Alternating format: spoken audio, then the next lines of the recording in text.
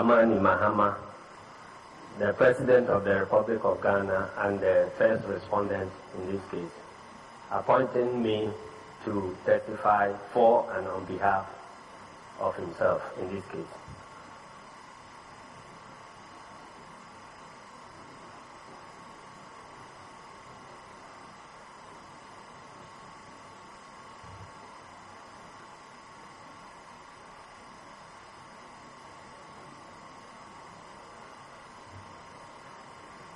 Now, why are you testifying on behalf of the President? My Lord, the President was elected by the National Democratic Congress, the third respondent in this case, as its official presidential candidate for the 2012 presidential elections. And the party also sponsored him as our candidate. And I am the General Secretary of the third respondent, and I've been involved in all the processes leading to the election, including attending all meetings on behalf of the President and the third respondent. So I believe I am best placed to testify in this petition.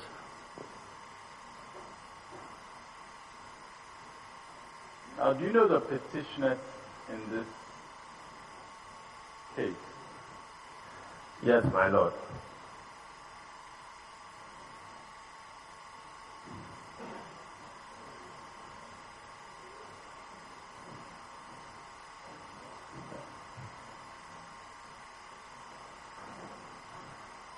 Now, you have just mentioned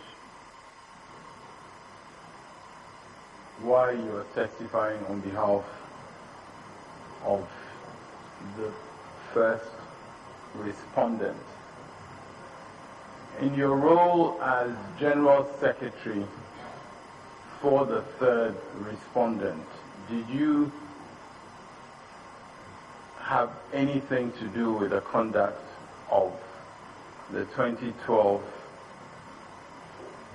elections in the country? Yes, my Lord.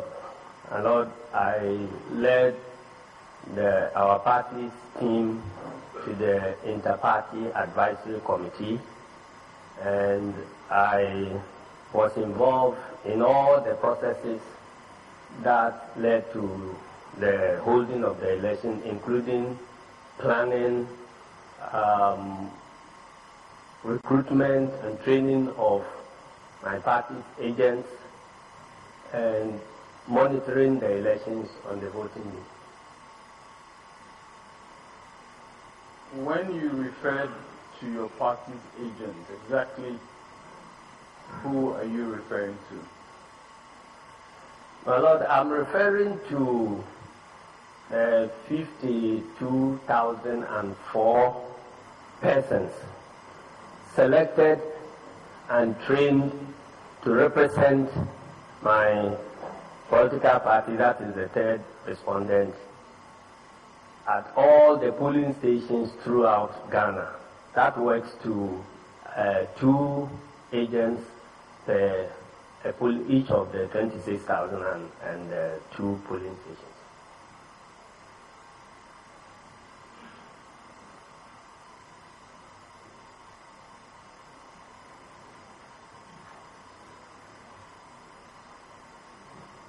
And what role did those persons have in the conduct of the election? My Lord, they are specially trained to play 4 key roles at the polling station. One is to ensure that nobody who is not entitled to vote actually gets the opportunity to vote. In other words, they are to check impersonation. Then their second role is to ensure that nobody votes more than once. That is to check multiple voting. Their third rule is to ensure that nobody tampers with the contents of the ballot box. And my Lord, the fourth rule is to ensure that electoral officials conduct their duties according to the rules that apply at the polling station.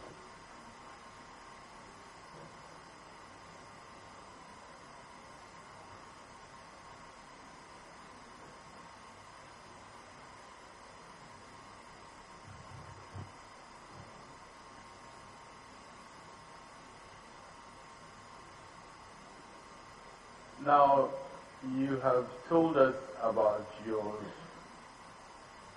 role as General Secretary of the Third Respondent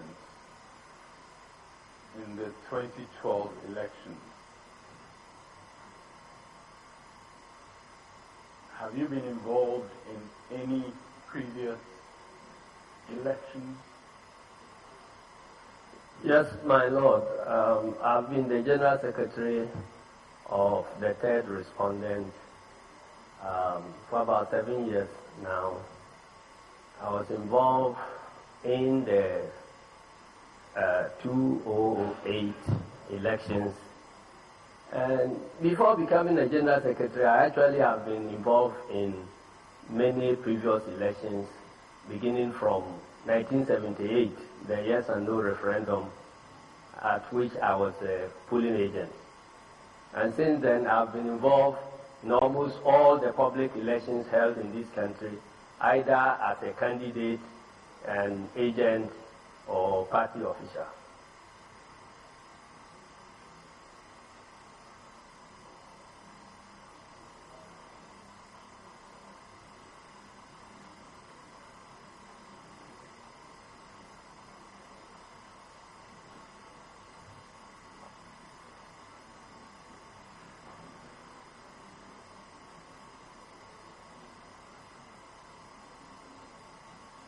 Now,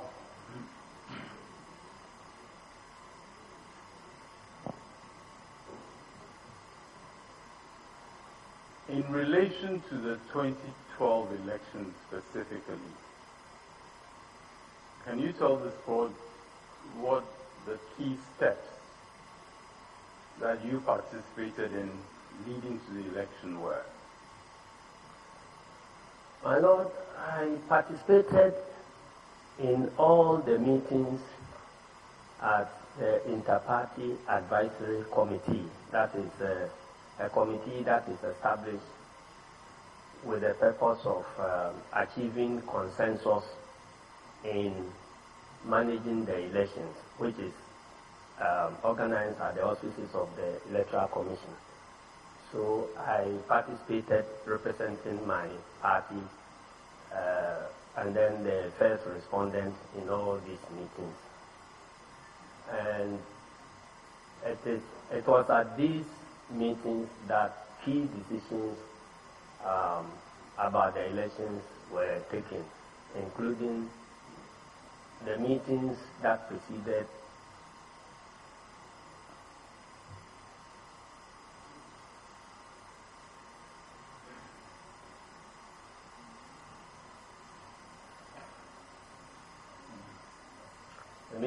preceded the compilation of the biometric voters register, meetings held to determine the order of candidates on the ballot paper, and meetings held to review the outcomes of the biometric registration, and meetings held to prepare for the printing of the ballot papers, and then meetings held to discuss how to actually manage the processes of the voting day with the biometric verification system that was being introduced. Now, in relation to the compilation of the biometric register that you mentioned, what process was in place, and were you involved in that? Well, the compilation briefly involved the capture, the opening of registration centers throughout the country in all polling stations, and then the capture of the biometric details of each potential voter or registrant, and which was done on daily basis. The close of each day, a printout of number of people registered given to political parties. When you say it was done by whom? By the second respondent, given to the political parties. So at the end of the registration process, every party was in a position to compile the draft register, which is comparable to what the second respondent was holding. Now, were you personally involved as General Secretary in the processes of the third respondent as far as the registration was concerned? Yes, my lord. I participated in the recruitment of the registration agents representing my party, participated in their training, and participated in all the meetings that led to the registration exercise. So what was the outcome of that exercise ultimately?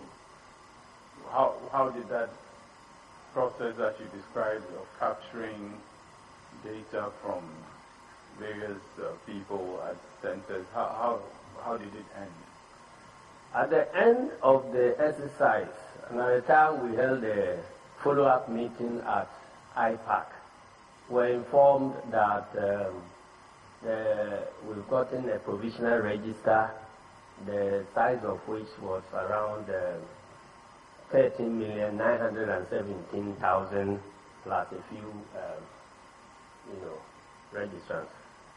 And that compared favorably with what we had compiled as a political party, based on the daily printouts that were given to us.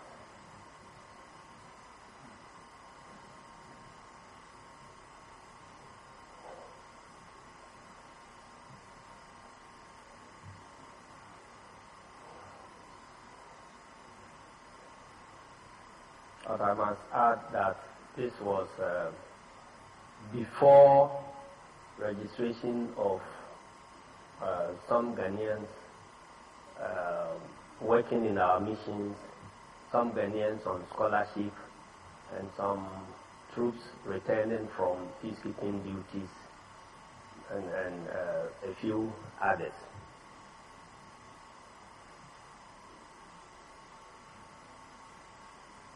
Now, before the election on the 7th and 8th of December, what was the status of the registration exercise? My lord, the register, by the nature of the processes involved,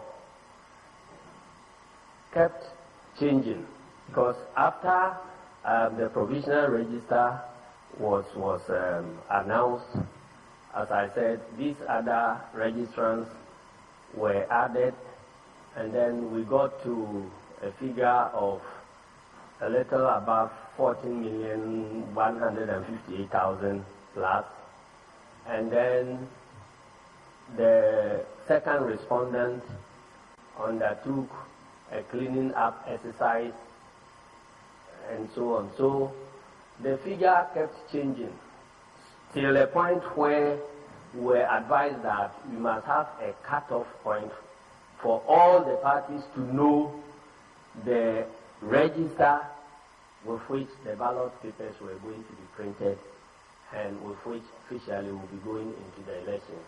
Now remember that figure came up to 14,031,793. And that was about what time of the year? That was before the printing of the ballot papers. I don't remember the exact time, but it certainly was in November. And you indicated before the printing of the ballot papers. You just said that. Now, yes, my lord. Is there any particular significance to your reference to the time of the printing of the ballot papers? My lord, the register provides a record of people who are entitled to vote. And the ballot papers, as it were, are the material that is used in voting. So at any point in time, there is a correlation between the size of the register and the number of ballot papers that are printed. And so that's the significance. So once we agreed at IPAC with second respondent that this was the figure we were going to go into the elections, we then were also given the list of polling stations that were going to be used for the elections. And so these formed the basis for the printing of the ballot paper, because the ballot papers must be sufficient for all the people who are entitled to vote, with some extra to provide for, damage of ballot papers and so on. So that's the significance, my lord. Now,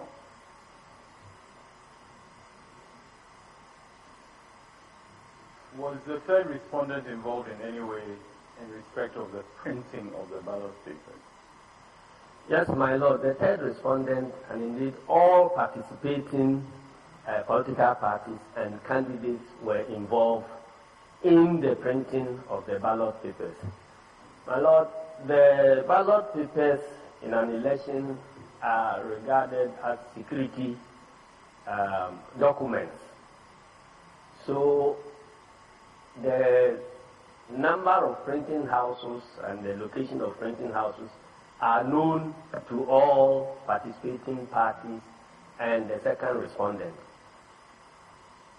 And before printing begins, the second respondent calls a meeting and gives the parties the timetable for printing, gives us the training for the printing, and then allows each party to select agents who will physically be present at all the printing houses during the printing exercise. My lord, my party had to run a 3 shifts. Each shift went for 8 hours, then they will hand over to another, then they will hand to a third shift, which will bring us to the 24 hours. So there was 24-hour monitoring of the printing to ensure that nobody prints any extra ballot papers, to ensure that the printing goes according to the polling station numbers that were given, and the packing, sorting, and distribution up to the utilization at the polling station level is all strictly monitored by all the participating parties in the elections. Now, you referred to printing houses where these are printed. How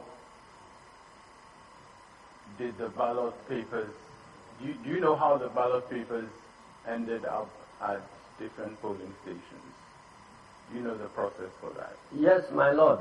After the printing has been completed, our party still maintained agents to track the distribution into the various regions and the distribution into the various constituencies, and then eventually into the distribution for the various polling stations. All these processes are tracked, and at every stage, if there is any movement of ballot papers, they are properly sealed, and all the seal numbers are taken by all participating party agents and then handed over to the agents at the next level, from national to regional, and then regional also monitors and hands over to districts, and then from districts they monitor and hand over to the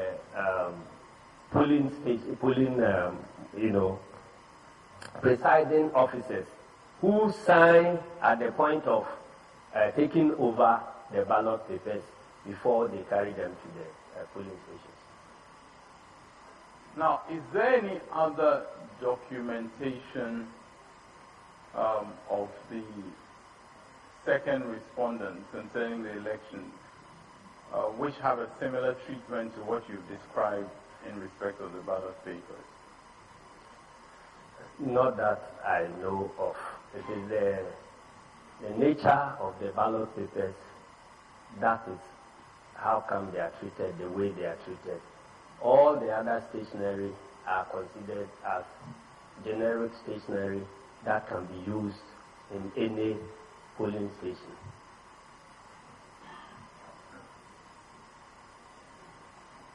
Now, you are aware that the second petitioner has testified that the New Patriotic Party did not have a provisional register in respect of the December 2012 elections. Yes, my lord, I read it in their petition. Now, what was the situation as far as your party was concerned? My lord, as I've indicated earlier on, there was a meeting before the commencement of the compilation of the biometric register, and the second respondent made all participating parties to understand that there will be daily printout of the number of registrants, and that the second respondent's copy will be sent to Accra to help in the compilation of the provisional register. So each party would be sharing the same document with the second respondent, and so each party should consider the printout as the provisional register.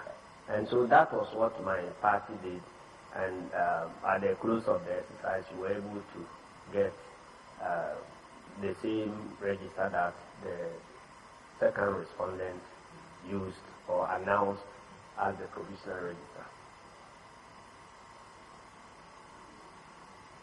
Now, when you referred to the training of your polling agents earlier, can you just explain who was involved in the conduct of that training? My lord, we have an elections directorate with seasoned members who have participated in elections over the years. So there are key resource persons, and the second respondent also participates in the training of all agents of political parties, and grants a facility that if anybody would engage in further training of their agents, they were prepared to release resource persons to facilitate that training. So this was what we did.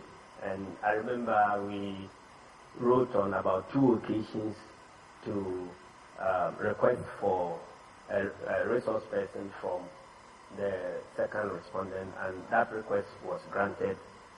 So after we did the training of trainers in Accra, then the trainers will go to the field and train people at regional levels, constituency levels, and then to polling station levels. And as far as the involvement of the second respondents are concerned, was that limited to just providing resource persons, or were there any other forms of participation by them? Can I have? No, my lord. Before every elections, including the 2012 elections, the second respondent also organizes training for all the agents of candidates who are, participating in the elections, and they did so for the 2012 elections as well. Now, there has been put in evidence a booklet of the second respondent, which I'd like to show to you.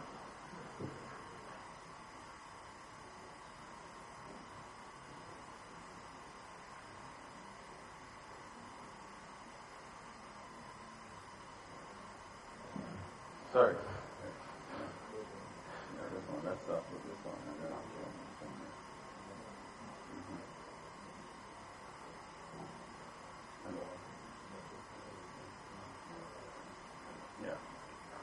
you. I'm going to show you two exhibits, exhibits EC1 and EC2. Have you ever seen these documents before now? Yes, my lord. These are training guides which are printed and issued by the second respondent to all political parties who so wish to avail themselves to facilitate the training. So the guide, the Electoral Commission of Ghana, a guide to candidates and their training agents.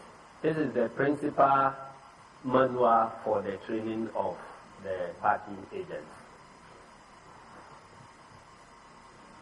And are you also familiar with exhibit EC2? EC2. Yes, my lord. A guide to election officials. The Electoral Commission itself uses this one in training their officials, but we also use it because we must understand their role at the polling station. So we use that one. Now, in using these guidelines for the training of your polling agents, would there be some specific areas of focus for the training regarding what the polling agents are supposed to do on election day? Lord, that's a leading question. The witness has not made any such allusion, and it's a leading question. My lord, I do not think that's a leading. Would there be specific areas of focus? That cannot be a leading question. I mean, the question is not suggesting an answer in any way, because I mean, that formulation of your question.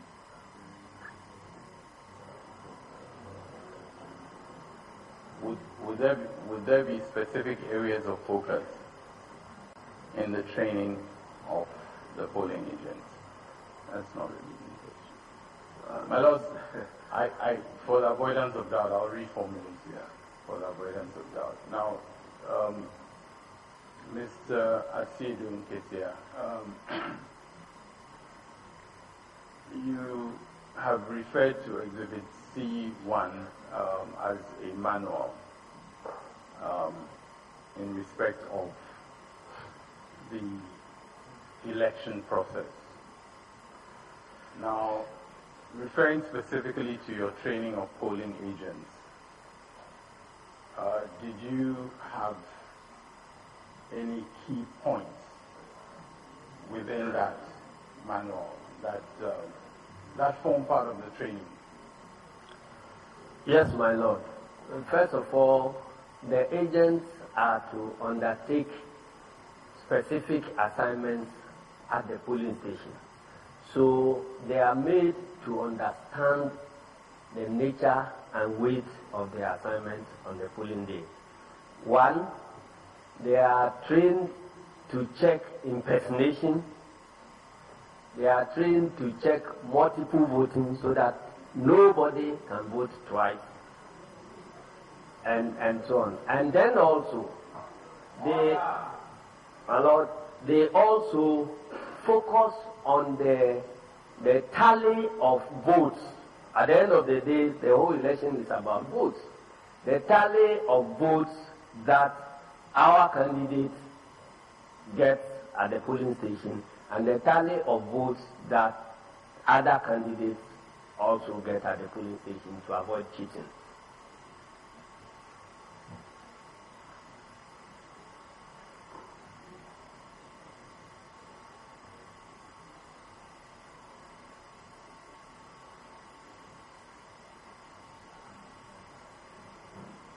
Now,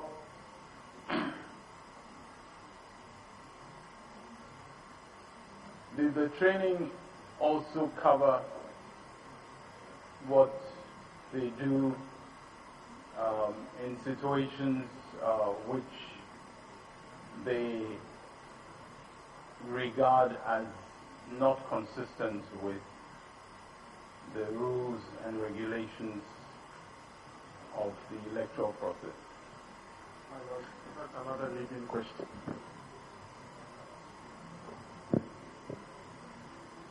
It's quite clear. Yes. It's as suggestive as the first one you rephrased. So, now, very well. Mr. Sidum is here. Yes, my Lord.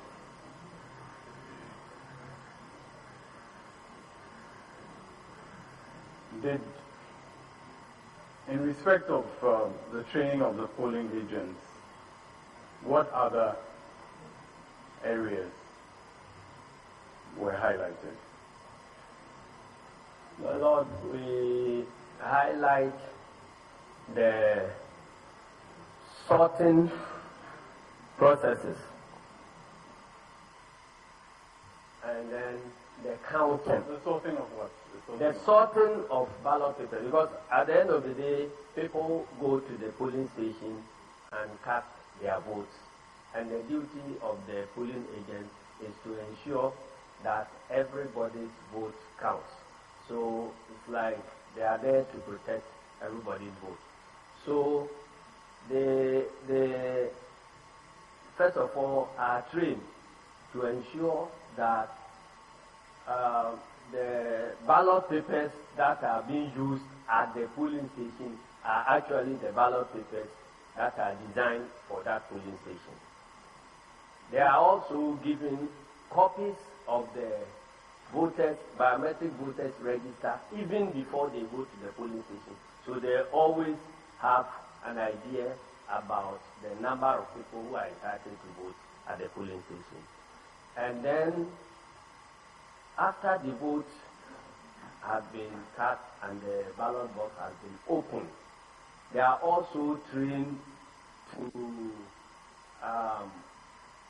observe the sorting and to ensure that if there is any abnormal occurrences, the sorting deals with those before the entries are made on the declaration form, and then the results are declared. And once the results are declared, signed and declared, they are instructed to take copies of the thing sheet and then rush to our collation center. Now, you talked about them being trained to ensure that the ballot papers used at the polling station are the ballot papers that are supposed to be used. I mean, how is that done? I mean, how can that be determined? My Lord, first of all, every political party is given a copy of the analysis of the printing of the ballot paper. So every party has an idea as to where ballot papers will be ending up. And then at the polling station level, I mean at the distribution center where the materials are distributed for every presiding officer, the receipt of the ballot papers by the presiding officer are also monitored by our agents. And then when they go to the polling station itself, before voting commences, there is a record taken of the range of serial numbers of the ballot papers that will be used at that polling station. So if at the close of the voting there is an indication of a ballot paper that is found in the box, it is easy to check whether that ballot paper came from the stock that is used at the polling station or not. Okay. Now,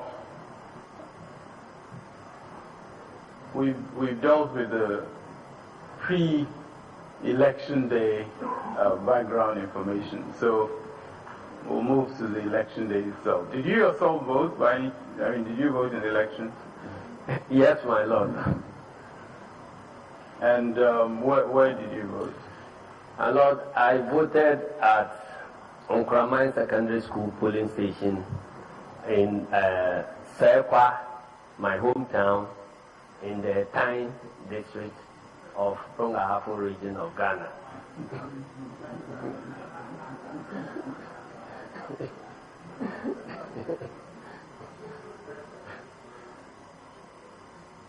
And when you went to vote, what was the process that you went through?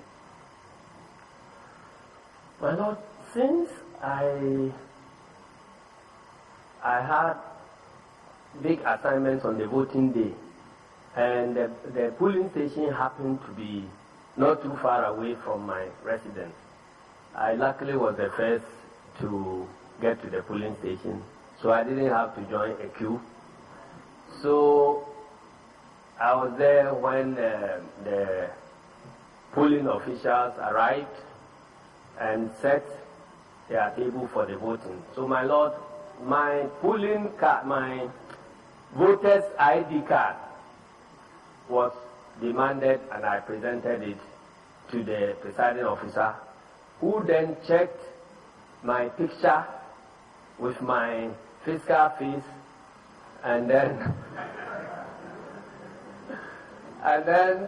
checked the serial number of my ID card with the serial number in the register. Having satisfied themselves with this, they then swiped my card, and again my picture and other details popped up on the machine, and I was requested to do the fingerprinting, which I did, and I had verified from the machine, and a ballot paper was issued to me. It was done. Now, who did that? Who issued the ballot paper? When you say ballot paper was issued to you? My lord, the polling officials, there is a presiding officer and other assistants. Mm-hmm. So one of them is responsible for dispensing the ballot paper. Mm-hmm. So when you, after you have been verified, then your one of your fingers is dipped in an indelible ink to make sure that you don't come back there to vote.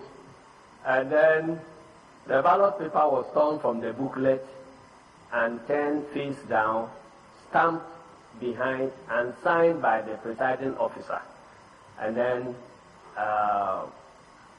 it was demonstrated to me how it should be folded. And I went and thumbprinted and came to drop the ballot paper in the ballot box, which was standing in the open, in the full view of everybody. And then after I had voted for my preferred presidential candidate, which I'm sure everybody knows. And then we're not asking you that. We're not asking you. I then proceeded to the counter where the parliamentary ballots are dispensed, and the same process was repeated, and I cast my vote also for my preferred candidate, and I left the place.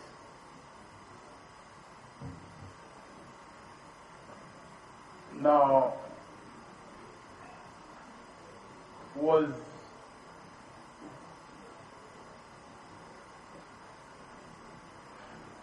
there other polling stations that you visited on election day?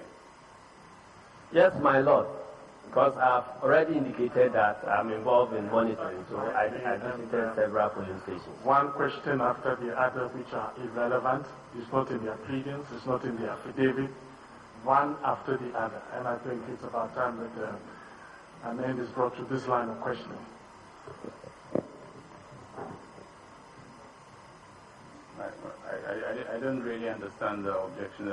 The line of questioning is irrelevant. I'm asking him about his own participation in the election process, and that is clearly relevant.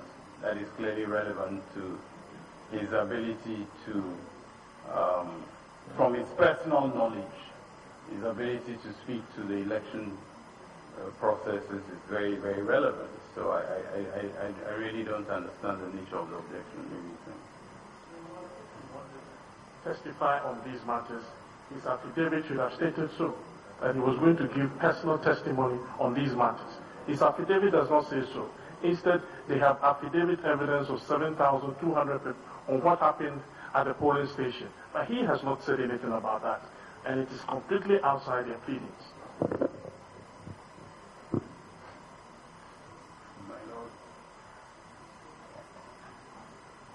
My Lord, paragraphs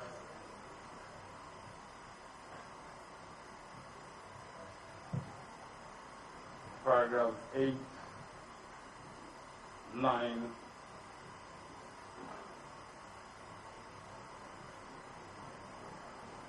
and also 10 of the affidavit of Mr. Johnson Asiedu Nketia relate to the processes that were undertaken on election day.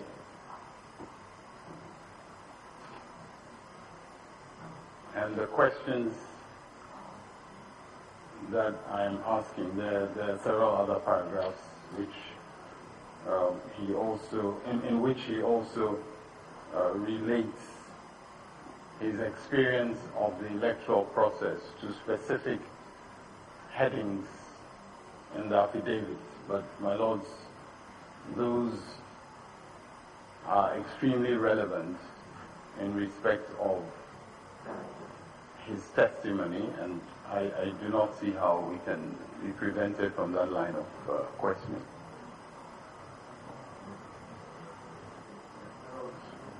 There is nothing in those paragraphs which indicates that Mr. Asiedu Nketia was going to tell us about his personal involvement with the voting. Indeed, in paragraph 8, this is what is said there, that the process of voting on the 2 days has been testified to by the polling through counting agents representing first and third respondents who have testified from personal knowledge in affidavits and so on. So there, in their own affidavit, they rely on the affidavits of polling agents, and they have filed 7,200 of them. That's what they say. No mention is made of Mr. Asiedu Nketia. My lord, my learned friend omitted to read the first sentence of paragraph 8. In brief, voting involved a process of biometric verification of the voter by presiding officers at the various polling stations, voter identification cards, visual observation, and the biometric register, as well as fingerprint verification, were all part of the identification process. The voter was then allowed to vote first for it, and so on. I mean, these are pleadings of the voter,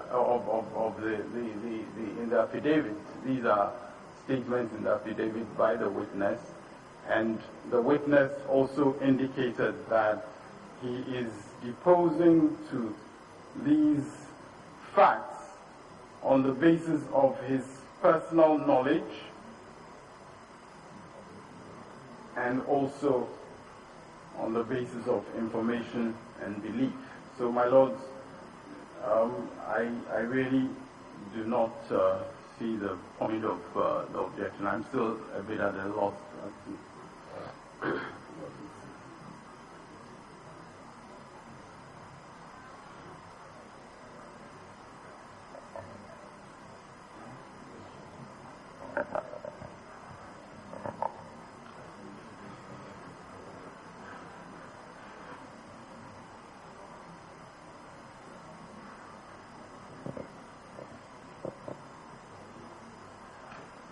My Lord, there's nothing about personal knowledge.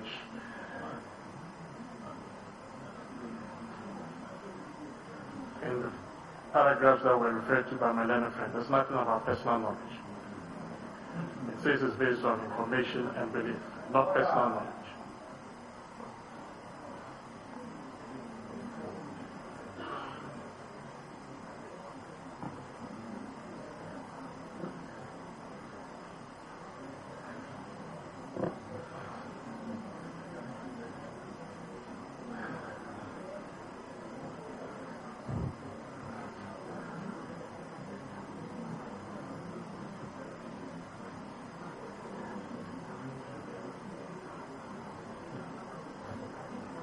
My lords, I just refer your lordships to the evidence decree, section 60,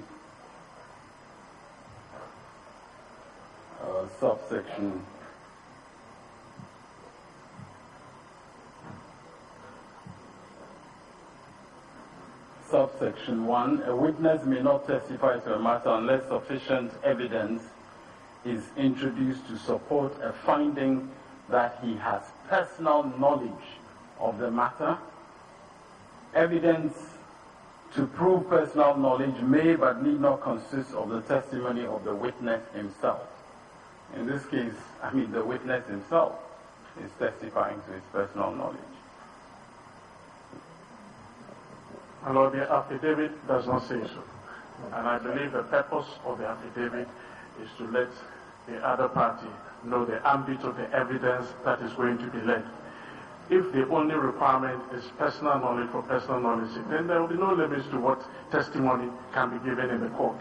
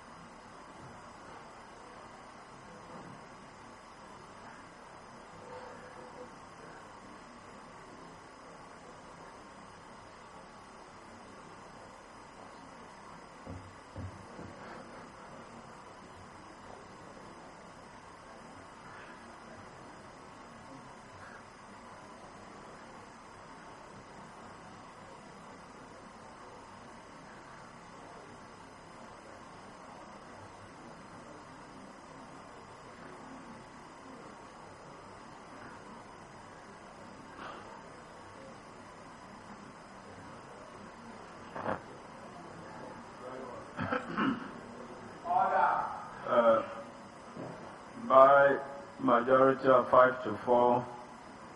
And so also in any of one where they go JSC dissenting, the objection is overruled.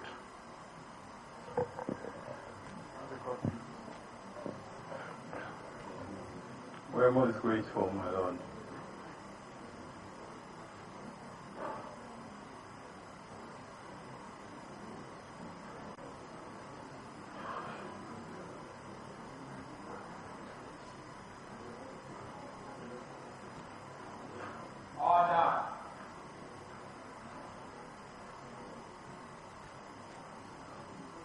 Now you described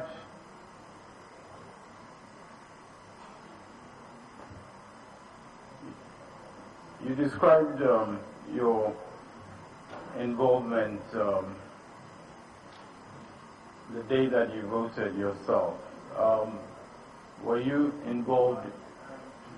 As much as possible, go by the affidavits. Very well. Very well. Yeah, include this. Very well. Very well.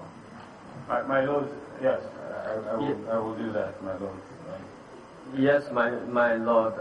After voting, I participated in the monitoring exercise on behalf of the third respondent, and I must say, I personally visited about 20 polling stations in 10 constituencies, spread over 3 regions, on the 7th of December, before the close of day.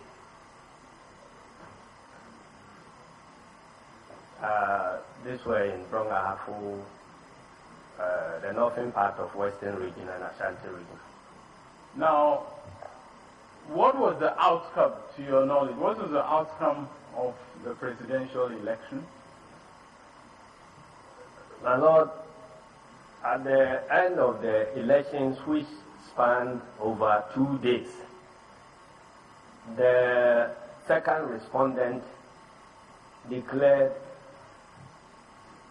the first respondent as the winner of the election. And now, it's obvious. So this was our time of silence. Yes. Now, how did you get to know that outcome? How did you get to know that outcome? My Lord, this declaration was done through a press conference of the second respondent at its own premises and witnessed by press houses all over the country, including international press houses. And I was there physically. And subsequently, these results were gazetted. Now, before that declaration, which you said you were present at, did anything happen before that? Yes, my Lord. Because of the challenges of the biometric voting system, which was being introduced into the country for the first time. For the first time in the history of the Fourth Republic, the election had to span 2 days. And then after getting to the close of after the second day, were invited to the premises of the second respondent by the Ghana Peace Council, at which meeting we met representatives of the petitioners, and the third petitioner was present, and there was an attempt by the third petitioner to urge the second respondent to postpone the declaration of the results of the elections. We went through several discussions. Of course, my party did not participate because we had indicated that we didn't consider the meeting appropriate. So we stood there as observers, but we did not actually participate in the discussions. But at the end of these discussions, the second respondent indicated that they will proceed to declare the results of the elections immediately they are in possession of all the results from the various polling stations. And indeed, that evening, the declaration took place. Now, you're aware of the various allegations that the petitioners have brought before this court in their petition. And I'll take you through them one by one so that you can respond. Yes, my lord. You are aware that allegations have been made of overvoting in this petition, are you not? Yes, my lord.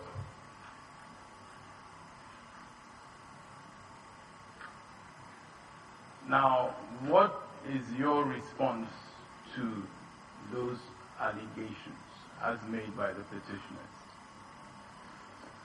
Thank you, my lord. My lord, I can state that there was nowhere in all the 26,000 polling stations where overvoting took place. My lord, I'm saying this because we have come to know overvoting to mean an occurrence where the number of votes found in a ballot box exceed the number of people who are entitled to vote at that polling station. So that clearly is my understanding of overvoting, and I do not have any indication of this happening in any of the 26,002 polling stations which were involved in the 2012 elections.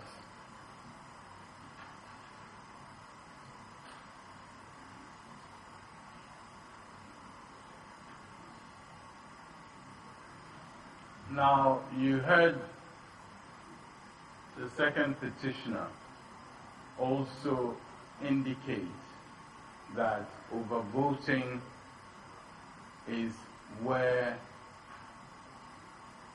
the ballots that are tallied at the end of voting for each candidate, where those exceed the number of ballots issued in a polling station.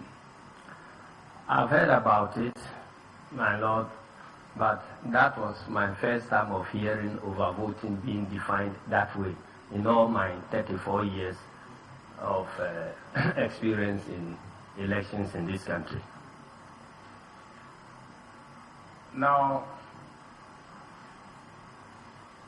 in respect of the overvoting allegation, you also heard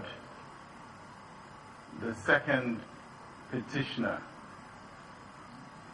testify in relation to pink sheets where no number had been entered in the column about ballots issued at a particular station, where no number was present, it was blank. What do you have to say to that also? Yes, my lord, this must be as a result of some clerical error, because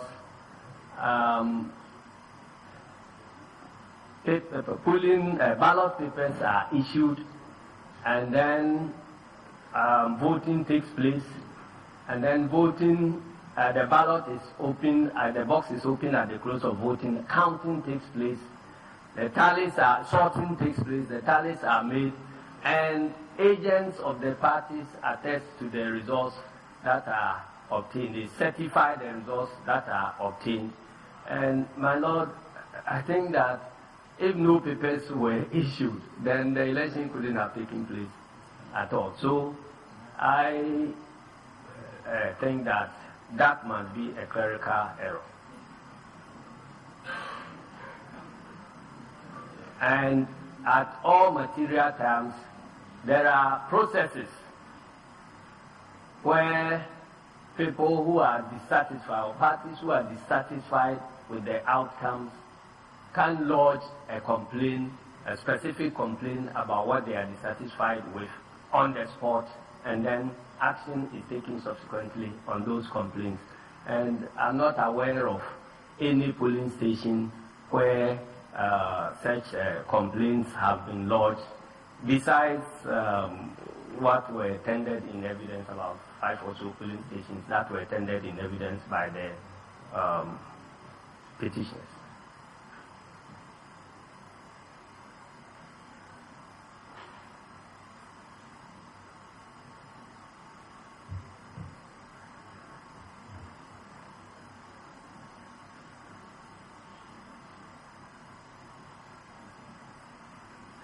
Now,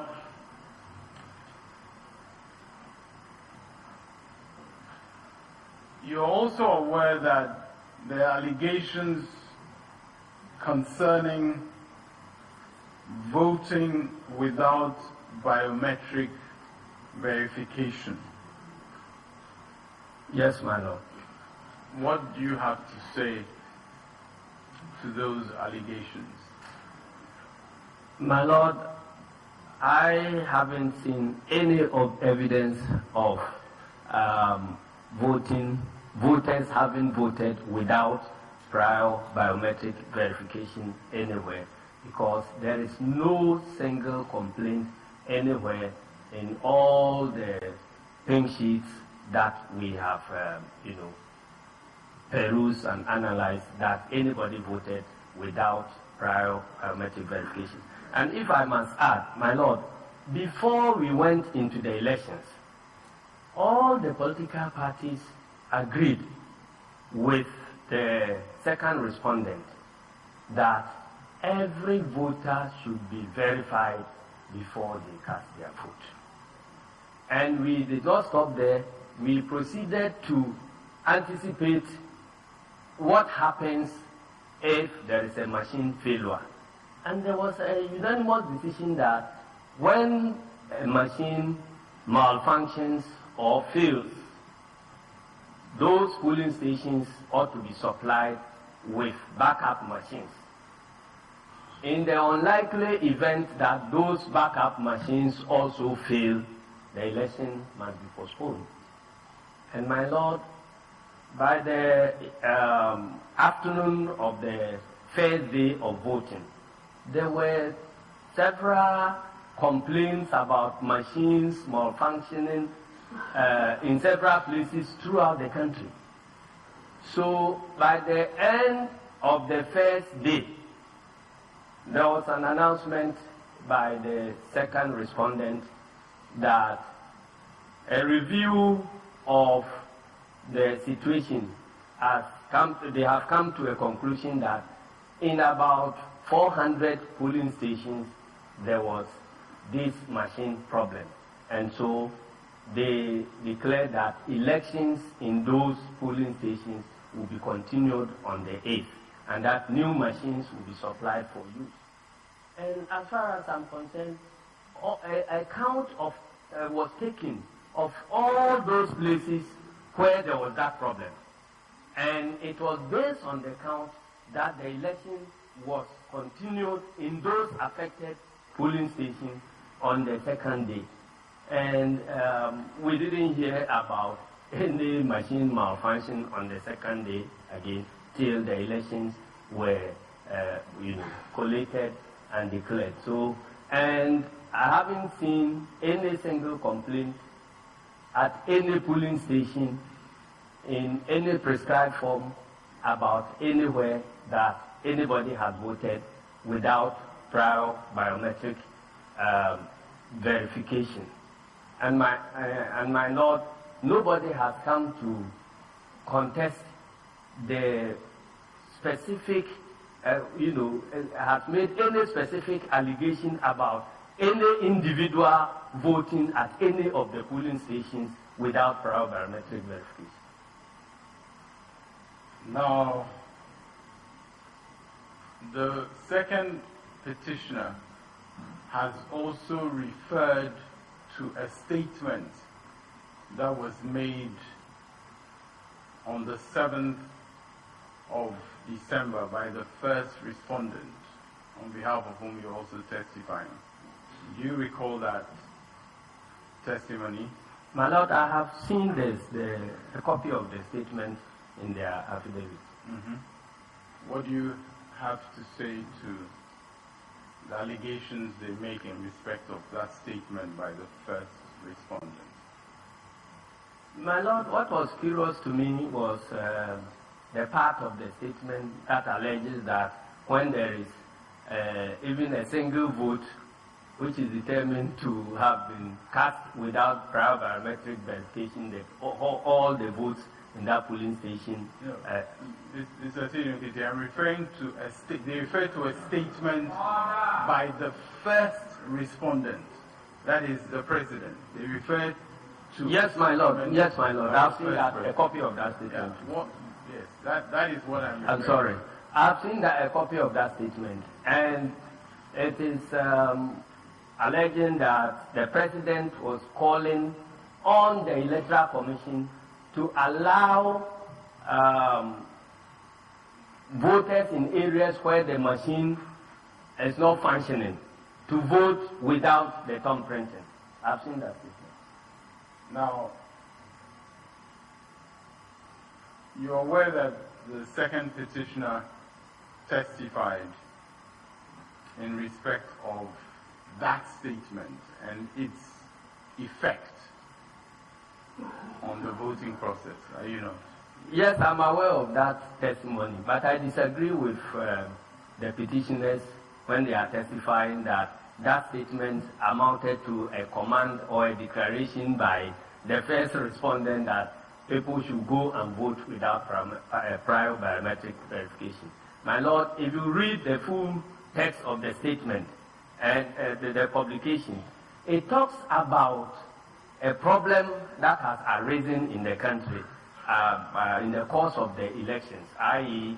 the malfunctioning of the equipment in several places. And it makes account of prominent people in society all contributing towards finding solutions to the problem. I saw in that exhibit a statement made by the president of the Upper East Regional House of Chiefs, another prominent chief in the Northern region, all urging the second respondent to allow people in places where the machines are not functioning to vote without the thumbprint. And then it was followed by a statement by His Excellency the President, also calling on the second respondent to allow people to vote without where the machine is not functioning, to allow people to vote. My Lord, I consider that one as a legitimate appeal to the second respondent, but the second respondent quickly, in that statement, the second respondent declined that offer and proceeded to take actions according to decisions that have been arrived at IPAC. So I don't see how that statement comes into this and as evidence at all.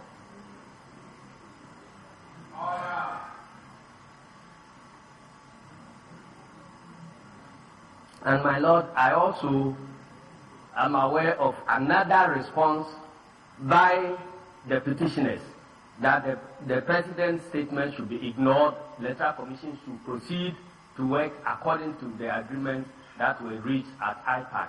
And indeed, at the end of the day, the Electoral Commission proceeded to continue the elections according to the whatever was agreed at IPAC. So I do not see this as any thing of evidential value at all to prove that particular case. Now, you are also aware that the petitioners have made a case out of serial numbers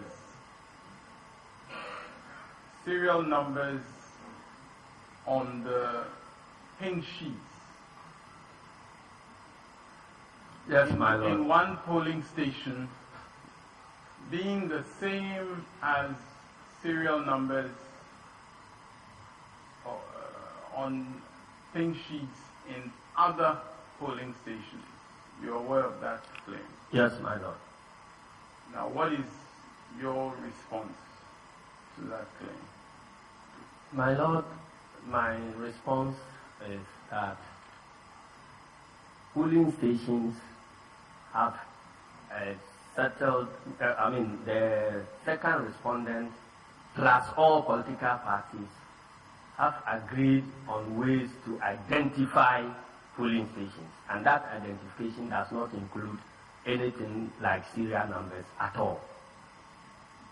And so I don't consider that those serial numbers, whether they are duplicated or multiplicated or triplicated anywhere, it doesn't impact on the results of the election in any way at all.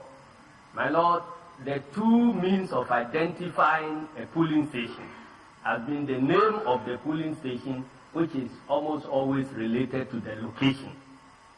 And then you have code numbers.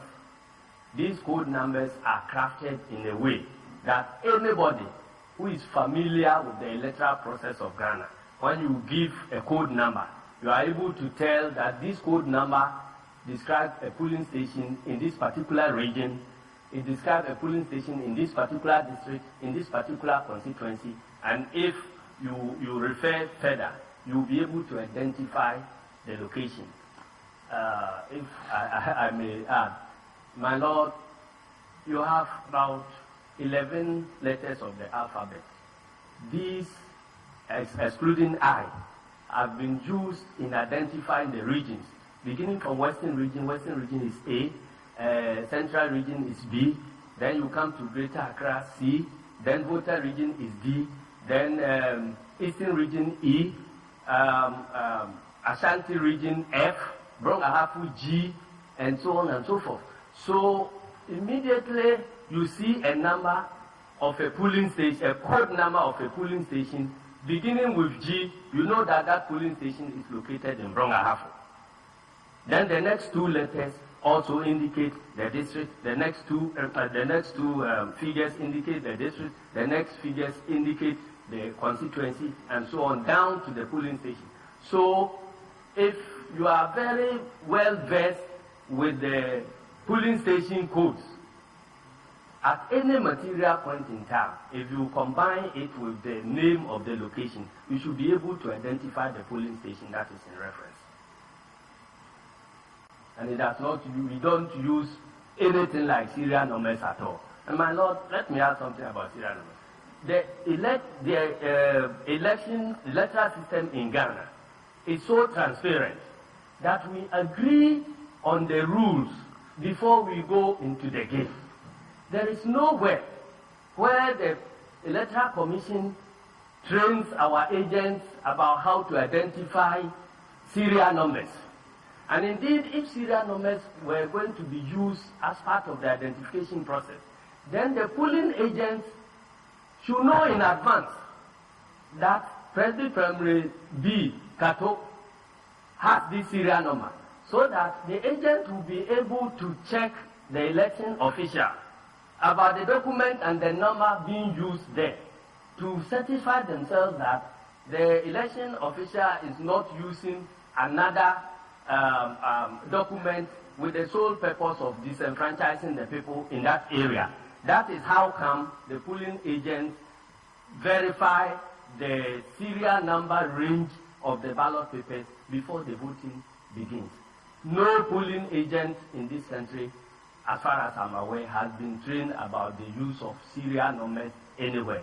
And the Electoral Commission has never at any meeting indicated that serial numbers will form part of the security features of the elections at all.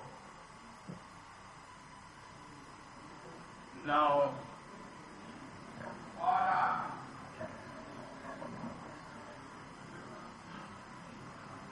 you're also aware that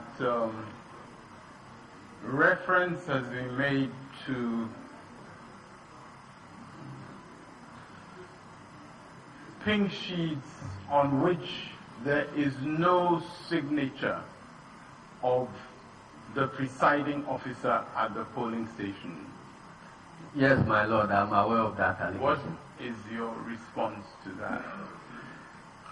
My lord, it is true that we are all trained by the second respondent that at the close of poll and at the, after sorting and tallying votes to the candidates, you have all the party agents, including the presiding officers, who must sign. Then there is a declaration. Then after the declaration, each party agent is given a copy of the pink sheet, and then the presiding officer has a duty of conveying the results at the polling station to the collation center. So, my lord, I'm aware that there's a requirement that the presiding officer must sign. My lord, after we received the petition, we studied the petition, but we realized that in a lot of polling stations where this lack of signature was being alleged, we found out that the agents actually wrote their names. In other polling stations, they actually signed. But yes, there are other polling stations where the agents did not, where the presiding officers did not sign. But my lord, in all these places, the polling agents actually certified that work of the presiding officer. And I cannot contemplate a situation where you are engaged in doing a duty. After that duty, you present it to witnesses who certify that you have done well, and then you refuse to stand by your own work. And my lord, these signatures must be obtained before the declaration, and in all the polling stations that are in contention, declaration actually took place. And the presiding officers also continued with their duties of transmitting the results so declared to the collation center. And my checks have revealed that collation has taken place unchallenged in all these cases. So, my lord, I do not think that the signature, and in fact, on the form, you also see that whenever an agent is dissatisfied with any aspect of the work, the law allows the agent to protest. I don't see any column on the pink sheet where if a presiding officer is dissatisfied with his own work, he has to lodge a complaint against himself. And my lord,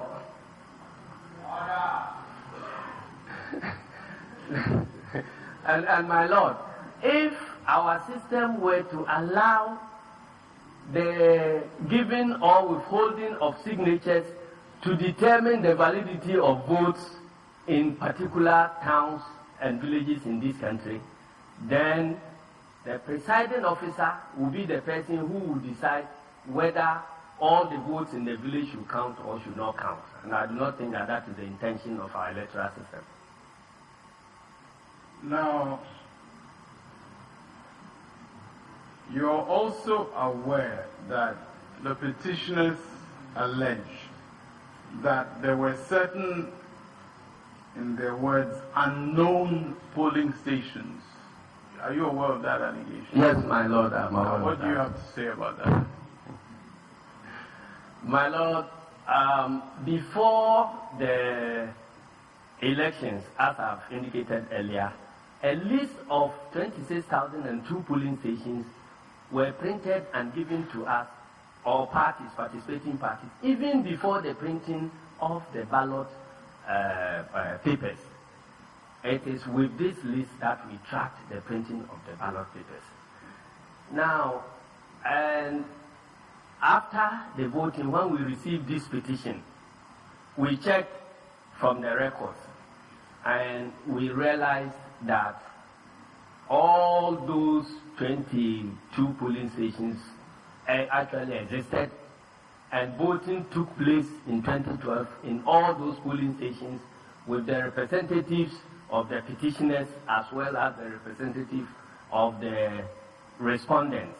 My Lord, what we discovered was that in some cases, the names of the polling stations were wrongly spelled in the petition. In other cases, the code numbers of the polling stations were also, not exactly the same.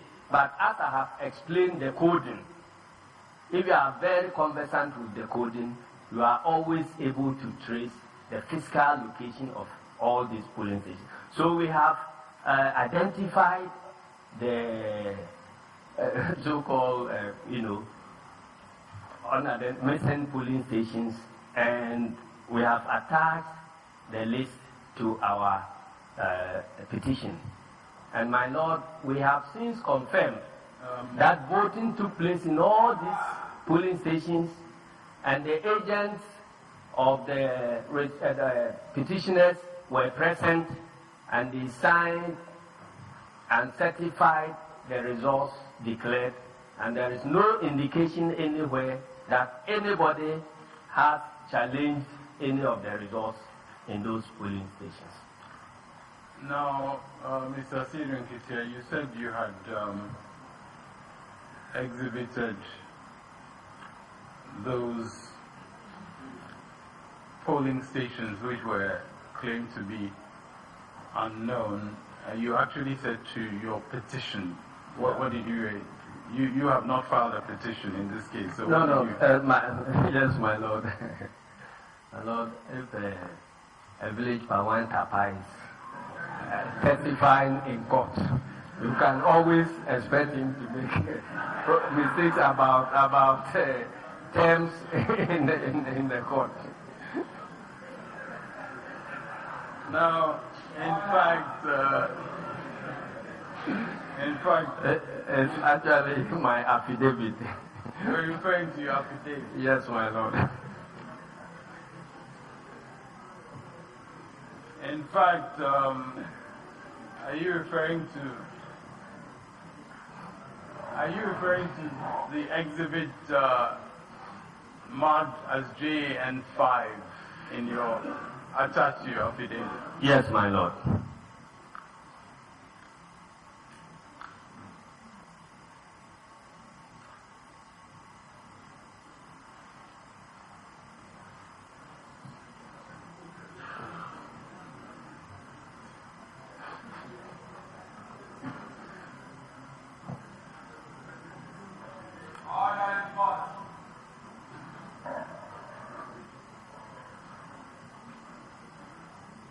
Now,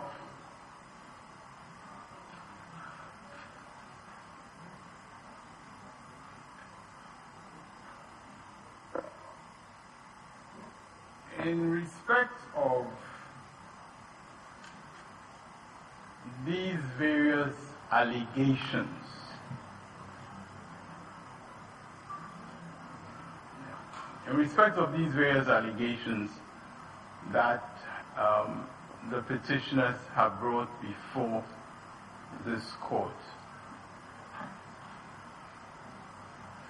you are aware that the petitioners have brought certain pink sheets, and they have alleged that it is in respect of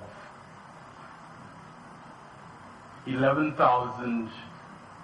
In their petition, they alleged it was in respect of 11,916 polling stations. Now, you have also said that there were 26,002 polling stations in the country.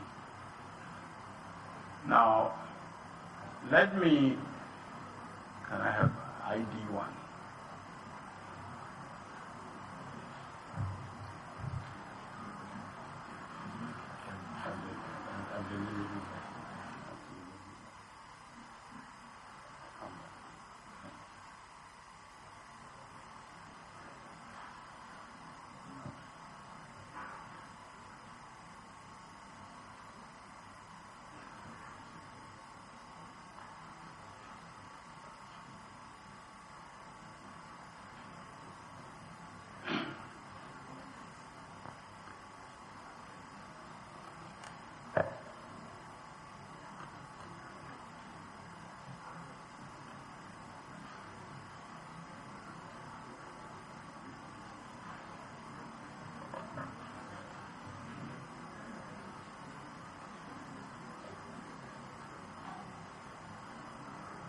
Now,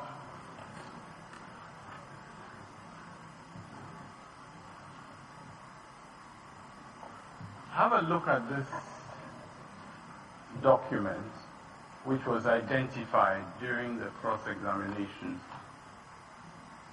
of the second petitioner.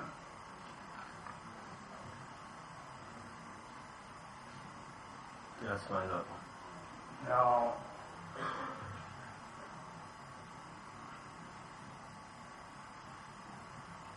that what is the nature of that document that you have identified as ID1? My lord, it is the pink sheet of polling station results relating to MA Primary School, Asokwa, with the polling station code F191201.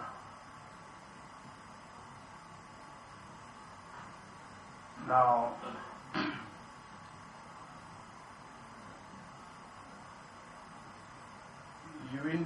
you indicated that from the polling station code, you could identify where a polling station is.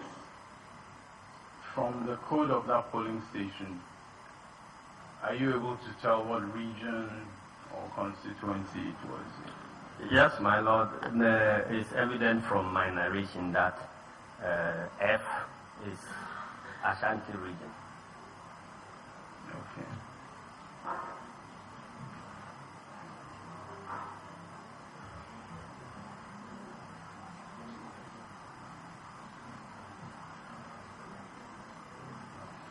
Now,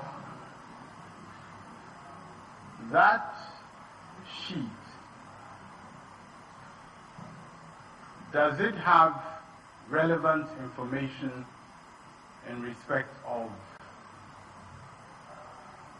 is there any information on that sheet in respect of the December elections? We object to this question. This is a question that goes to the content of the document that is not in evidence. My lords, I am clearly laying the foundation to tender the document, and the question that I asked was whether the sheet on its face has any information relevant to the election. That is a necessary basis on which this document can be tendered, and therefore, my lords, it is important for the witness to be able to testify that that sheet relates to the December elections. If that is the basis on which it can be tendered or not tendered. So, my lords, this is clearly a relevant basis for proceeding with the tendering of what has already been identified. My lord, the witness has identified the document, so we all know what the document is. It is not necessary to ask for the contents of that document. My lords, I did not ask. When an objection is raised and a reply is made to the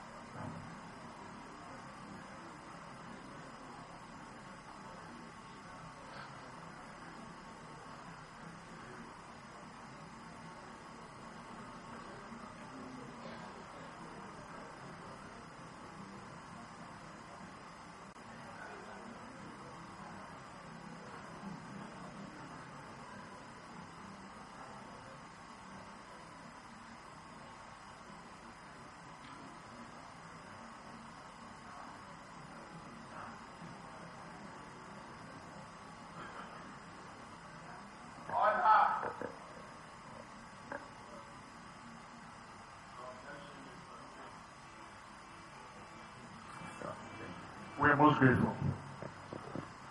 As the court please. Now, that exhibit that has been identified, which is still in your hand,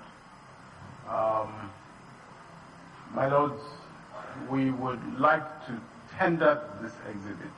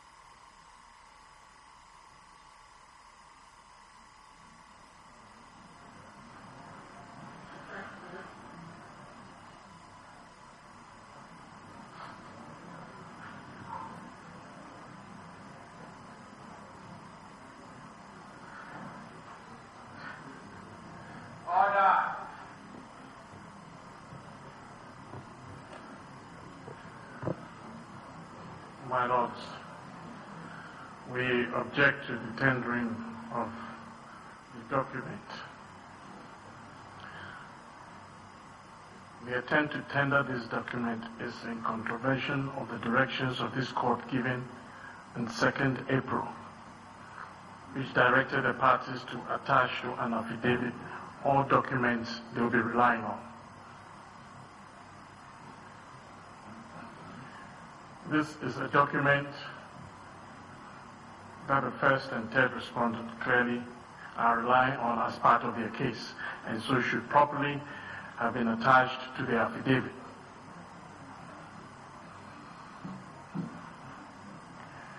If your lordship has regard to the affidavit, they have attached documents that they are relying on. This document is not one of them. Allowing this document will mean that the directions of your lordship no longer holds. The petitioners complied with your lordship's order. Indeed, as a result of the order of your lordship, the petitioners went through quite some difficulty compiling the pink sheets.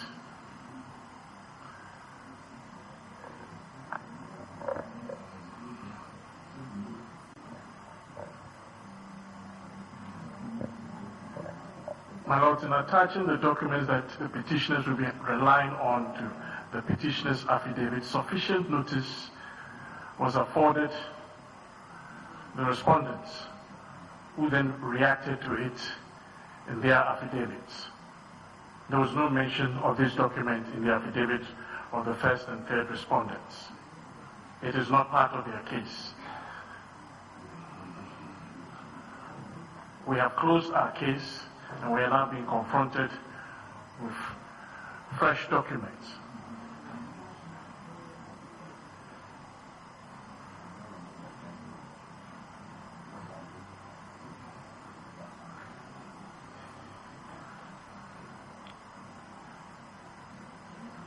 In the circumstances, we pray that the tender of this document should be disallowed.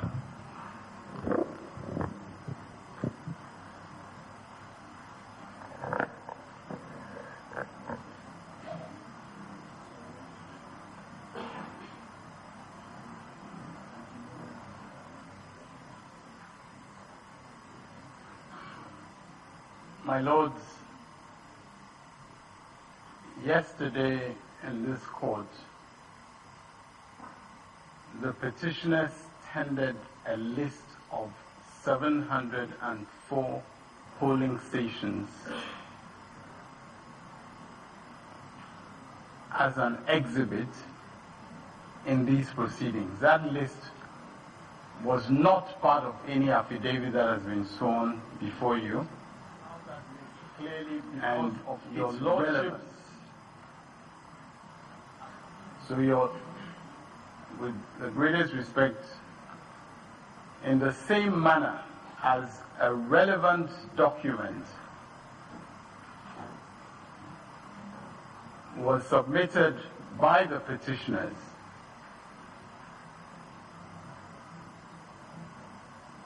we are submitting that it was submitted by the petitioners after the stage of the affidavit being sworn. We are submitting that this document is a relevant document identified as a statement of poll and declaration of results at an identified polling station.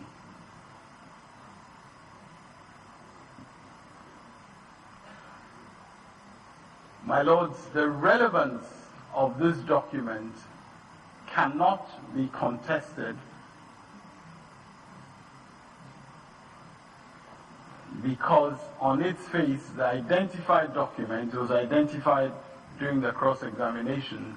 On its face, the identified document is a statement of poll in respect of a particular polling station in this country.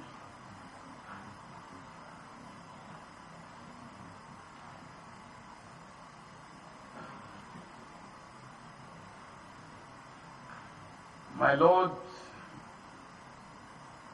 it is part of our case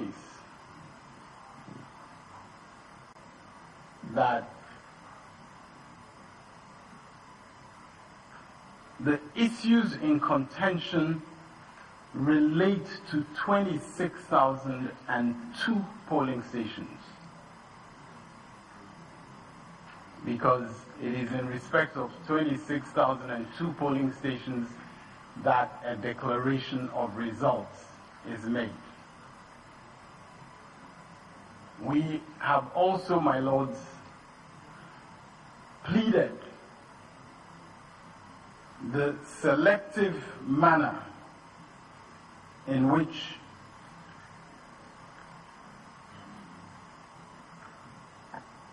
pink sheets have been provided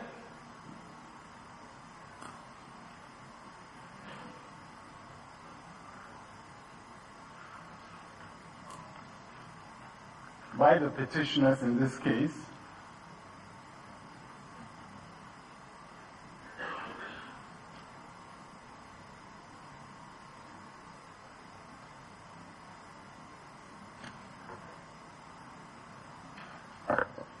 and in the affidavit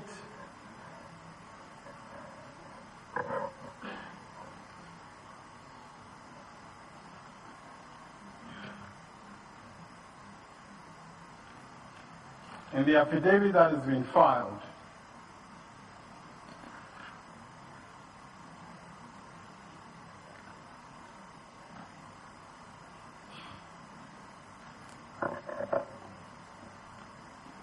there is an indication that the petition is brought in bad faith. In paragraph 27 of the amended answer,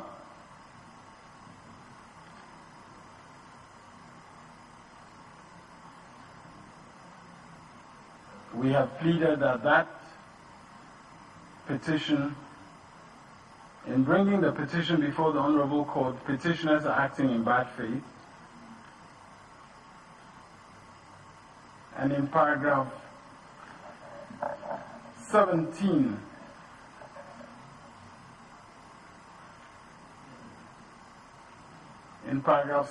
of the affidavit, we again have the statement, this petition is an act of bad faith and a brazen attempt by the petitioners to find some reason to question the validity of the December 7 and 8 presidential elections after they lost.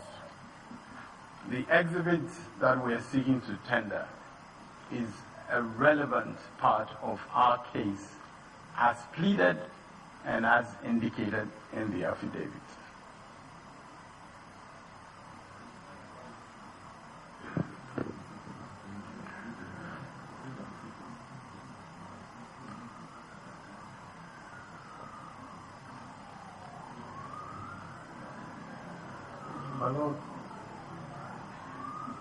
My Lord, I would like, if your lordships would permit, to make an observation, since a reference was made to the decision of the court made on the 2nd of April.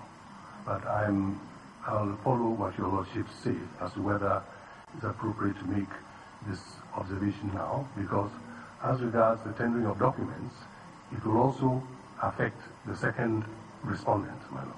But I can wait and make my submission later. We have raised an objection. The council can wait. After the objection is ruled on, you can give your observations to the court. Respectful, with leave of the court, I'd like to respond to certain issues raised by my learned friend. First, about the 704.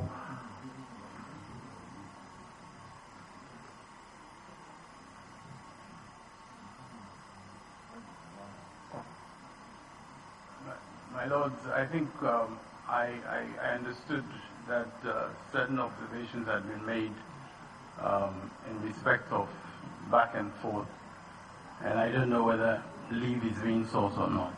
Yes, he has seeking leave. He started with the leave of the court. Yes. Well, this list of 704 polling stations are part of the 11,842 polling stations to which pink sheets were attached to our affidavit. So there are matters that were already in evidence.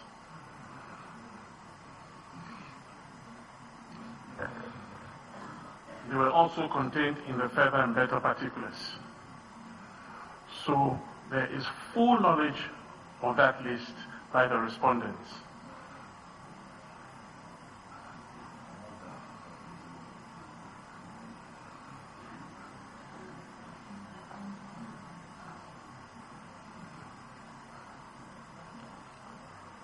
My Lord, we are not talking about the relevancy of the documents here.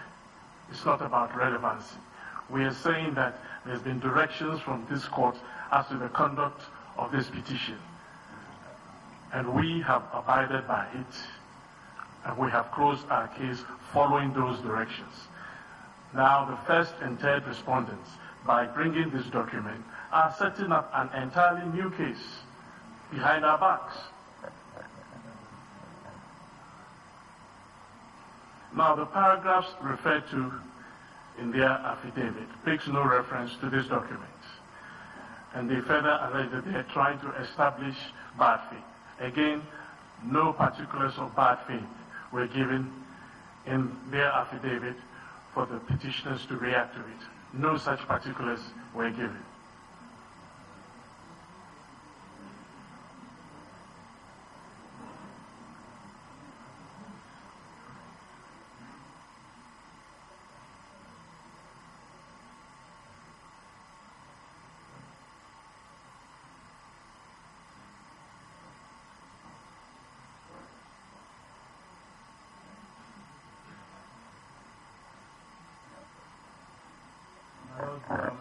May I, with your leave, just draw attention to what your order said and how we understood your order.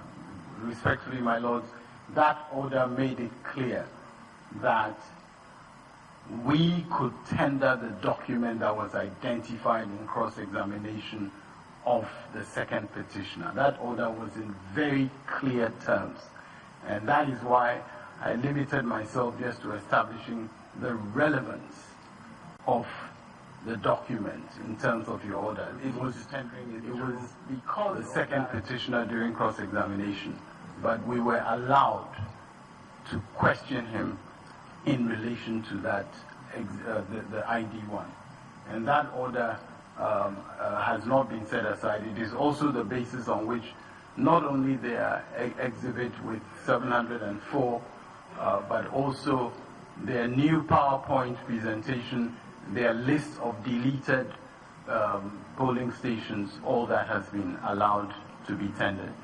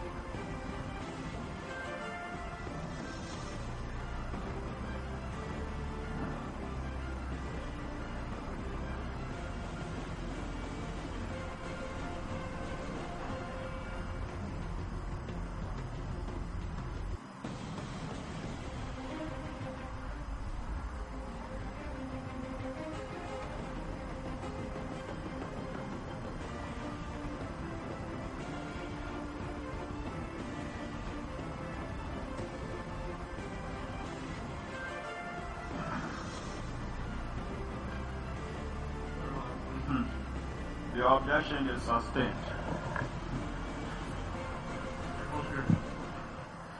As the court pleases. Now, Mr. Asirun Ketia, you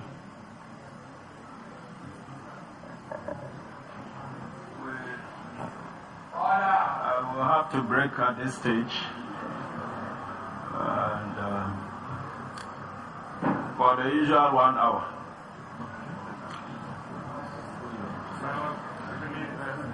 The document has to be marked as reject.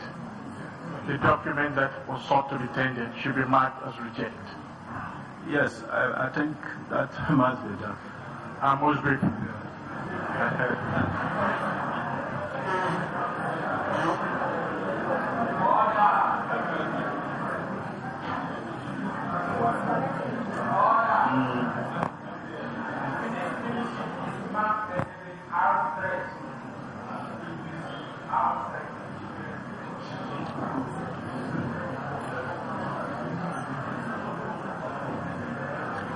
Yes. Court is taking a short break. All rise.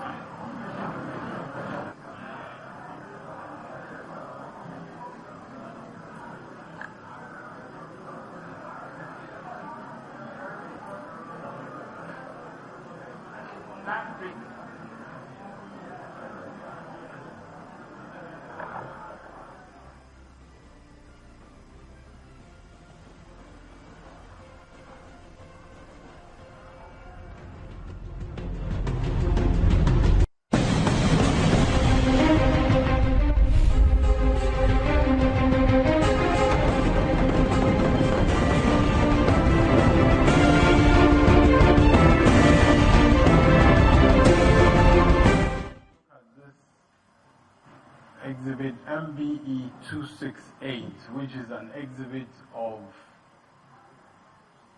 the petitioners. MBE 268.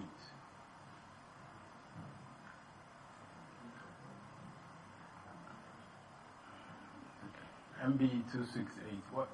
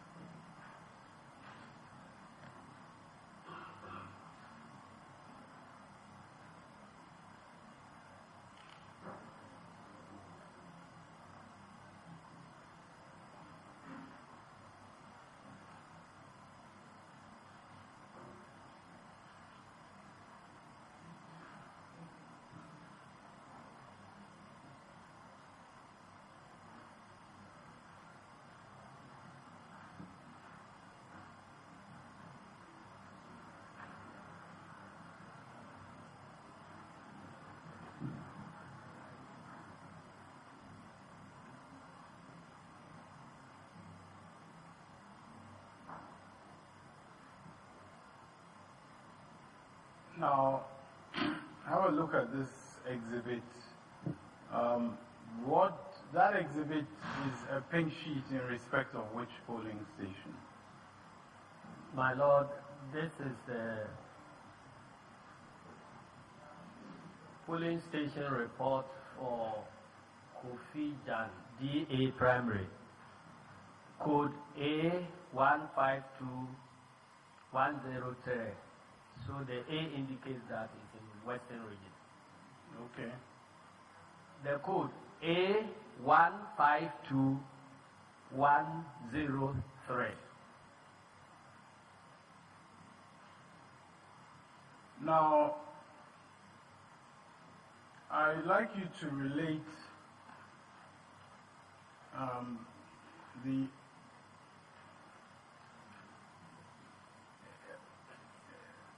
the the column A2. Do you see the column A2 on that?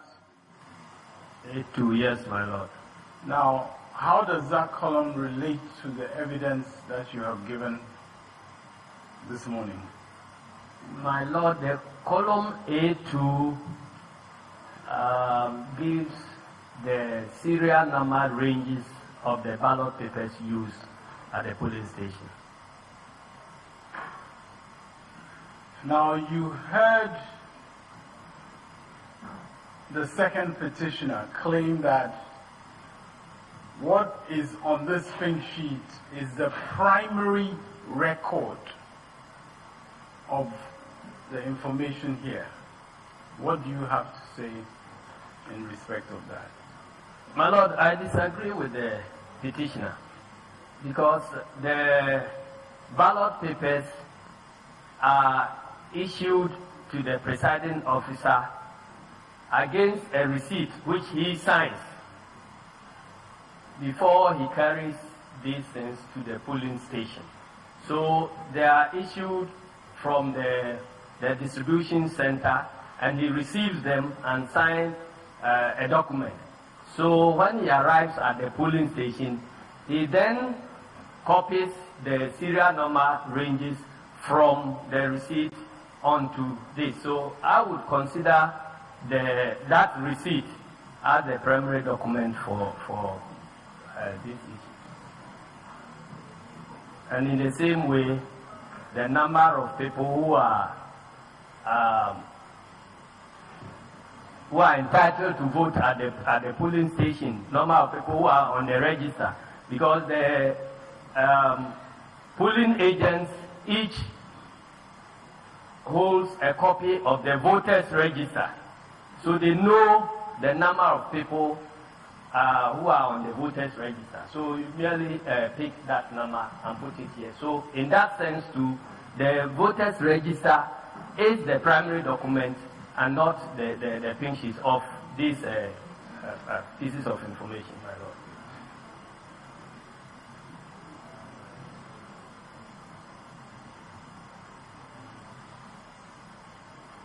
Now, just staying on this pink sheet for the polling station that you have before you,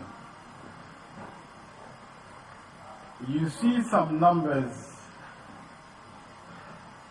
in C1 and C3. Can you first tell us what C1 is and what C3 is? Yes, my lord. C1 reads as follows. What is the number of ballots issued to voters on the polling station register? And the figure there is 241. And then C3, what is the number of ballots issued to voters verified by the use of Form 1C, into brackets, but not by the use of DVD? And again, you have 241.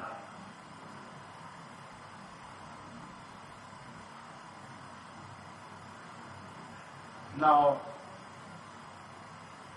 the petitioners have brought this exhibit as an example of there being voting without biometric verification. That is the reason they have brought this exhibit. What do you have to say to that? My lord, I disagree with the petitioners because if you look at this scenario, it can only be a clerical error because it tells you that everybody who voted they voted without biometric verification. And my lord, it has not happened in any polling station apart from the certain selected polling stations that were tendered in. In this particular case, my lord, there are one important mechanism that we must always not forget about is the complaint procedure, in which all the agents are very well trained to complain about anything that happens at the polling station, which is not regular. My Lord, when you look at this pink sheet, all the polling agents of the various political parties, I mean NDC has signed, Mumu Nisalia again for NDC has signed, Abubakar Simon for MPP has signed, Kuma Paul for MPP again has signed. And there is no indication about any complaint raised by any of these polling agents at that polling station.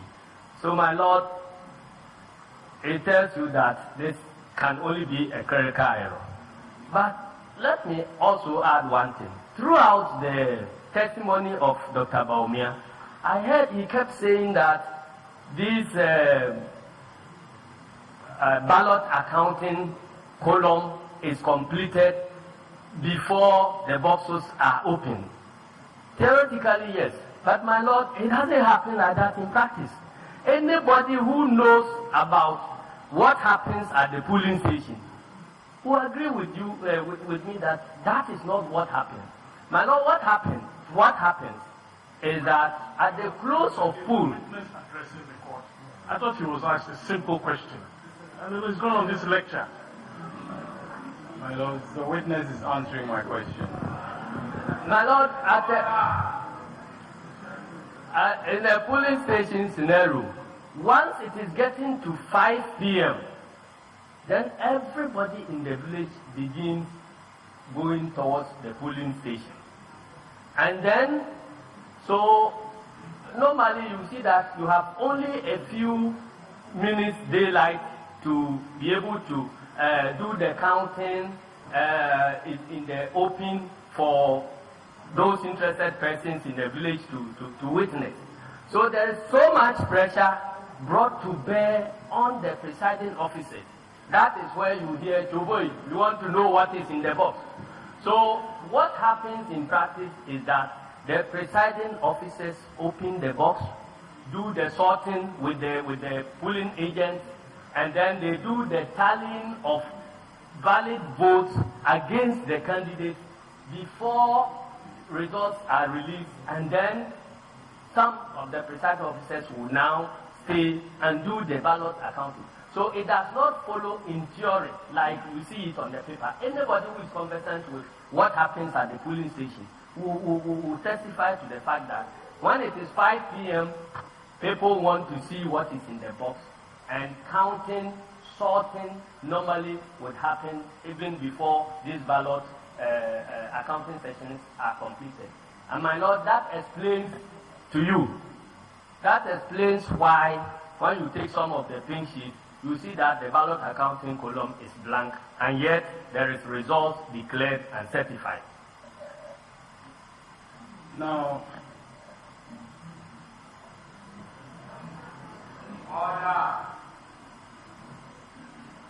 Mr. Sidungitia, you mentioned that there were signatures of people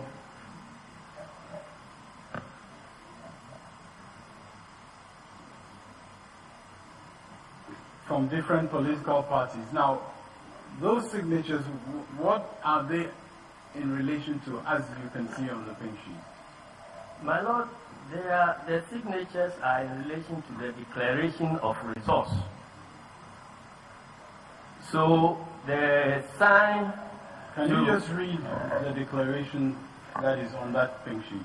Just when you turn to just before the My Lord, it reads as follows: We, the undersigned, do hereby declare that the results shown above are a true and accurate account of the ballots in this polling station. And on that exhibit, you're saying that those polling agents from the NPP also signed? Yes, my Lord. Very well. Now, let me just...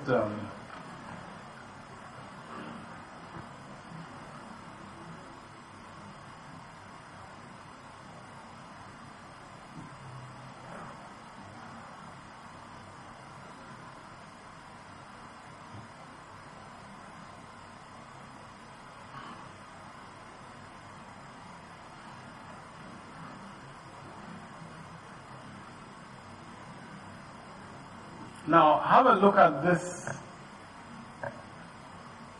MBE 270, which is also an exhibit provided by the petitioners in this case.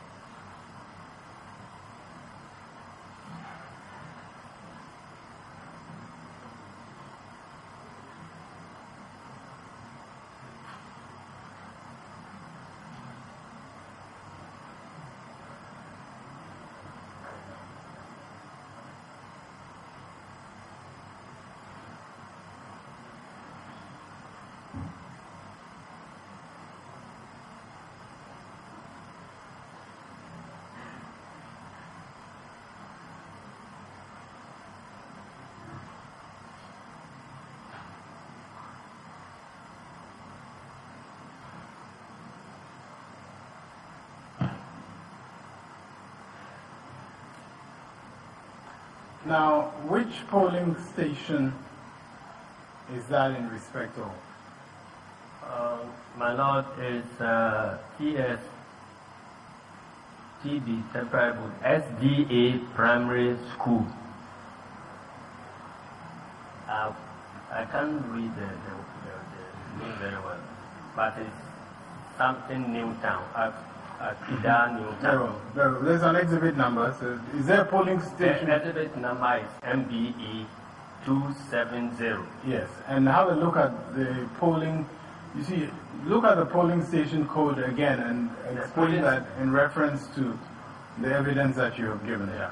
Polling station code is A043503, and the A is an indication that this is from Western region. 043503. Now, have a look also at what is in the column A2 again and relate that to the evidence that you provided to this court earlier. A2, what is the range of serial numbers of the ballot papers issued to the polling station? And again, the serial numbers have all been indicated.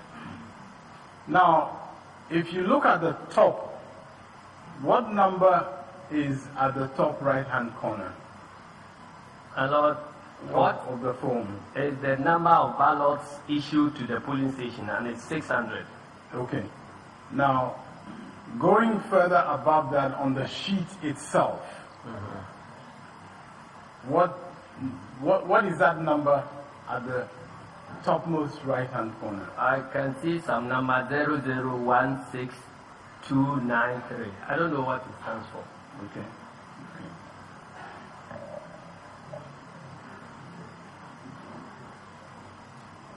Now, in respect of the information contained in C1 and C3, can you read that and relate it to the evidence that you have provided to this court? Again, my lord, the number of ballots issued to voters on the polling station register and is indicated as 424. Then the number of ballots issued to voters verified by the use of Form 1C, but not by the use of BVD, again 424. giving an indication that everybody who voted at this station voted without verification. And my Lord, I am saying that this could only happen out of clerical error and does not represent what happened at the polling station. Otherwise, there would be a complaint by the polling agents. But again, all the polling agents have certified these results. And so there is no controversy about the actual number of votes tallied for each candidate.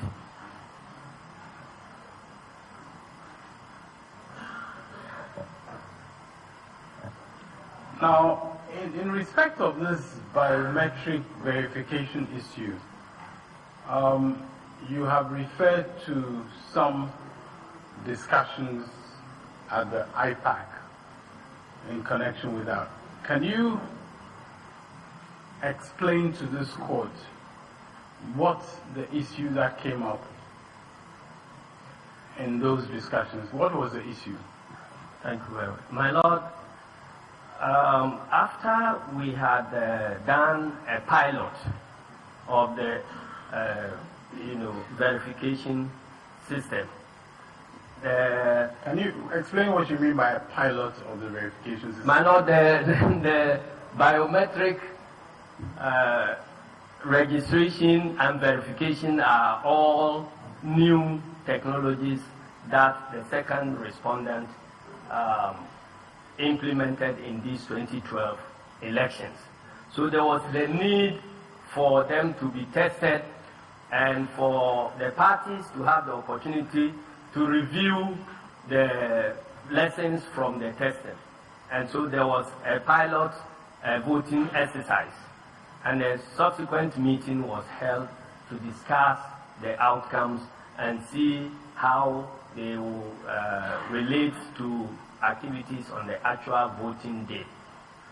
So there were discussions, but we all came to a conclusion that no verification, no vote. And that is when everybody who is entitled to vote must first be verified before they can cast their vote. And all the parties picked it from that angle, and we all undertook to train our agents very well in making sure that this responsibility of ensuring that everybody votes with having been verified first will be a shared responsibility among the political parties and second respondent. Now,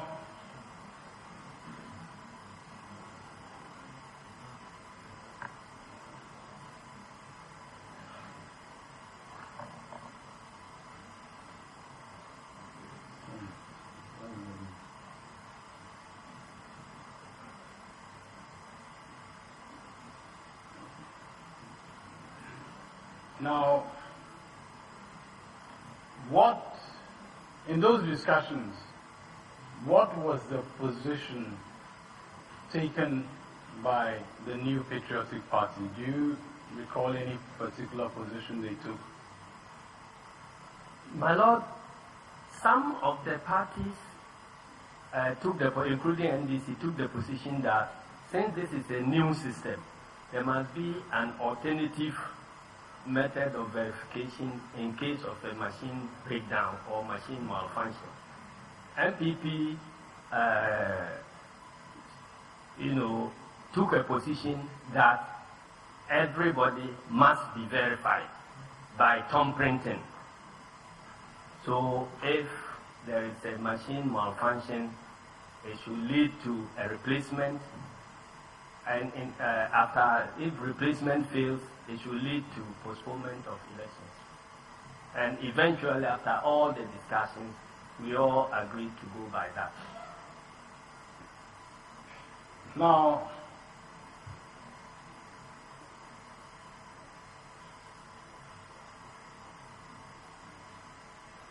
have a look also at the portion of the exhibit, that is the D portion. Have a look at that and relate it to the evidence that you've provided in respect of what happens when results, when voting is completed. The D portion. There are series of questions that relate to ballots that have been rejected. How is that identified in any particular polling station? Do you know? My Lord, at the close of poll, agents have been trained in how to identify valid votes and votes that ought to be rejected.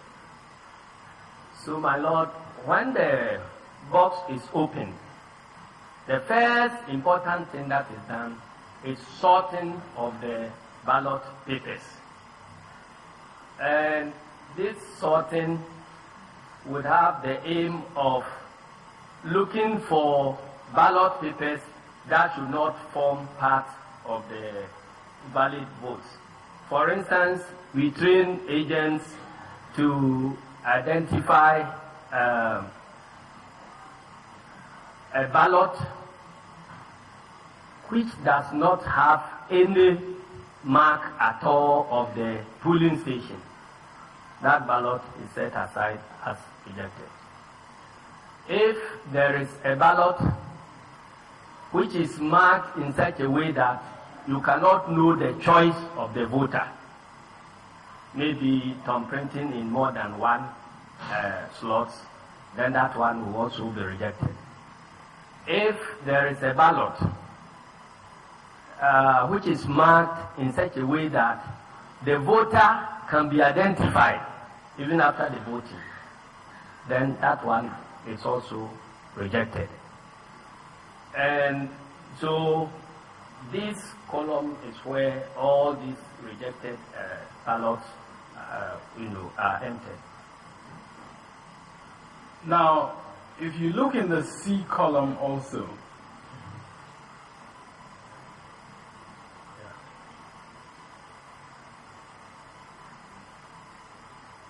the fourth question, what is the total number of spoiled ballots? How is that determined and by whom? My Lord, before the ballots are handed over to the voter, the ballot paper is handed over to the voter, it is torn from the ballot booklet, one at a time, turned face down and stamped and signed by the presiding officer before it's handed over to the voter. It may happen that in the course of tearing, the ballot paper may be destroyed. Then it is classified as rejected. It may also happen that the voter will discover that there is some mark on the paper, on the ballot paper, which will compromise his vote if he proceeds to use that ballot paper. He can bring it back and it will be marked as rejected. Even in the course of thumb printing in the booth, if the voter realizes that he has soiled the ballot paper, he could return it back to the issuing table and it will be marked rejected. Now, when it is returned, you were dealing with the C column. When it is returned in the manner that you have indicated, how is it considered? My Lord, at the close of poll, you described a situation where they are tearing from the book, and maybe the ballot paper gets torn, or where the person even takes it to the booth and decides to bring it back for some reason, it's soiled or something. Now, in respect of what is expressed in the C column, where is that information entered? It is entered in column C4. What is the total number of spoiled ballots? Okay.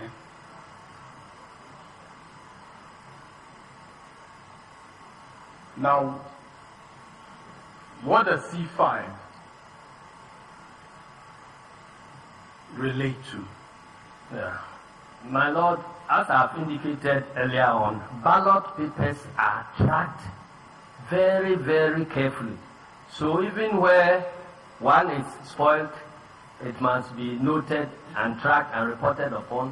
Where at the close of poll, the number that remains unused are also carefully recorded, and those are recorded in C5.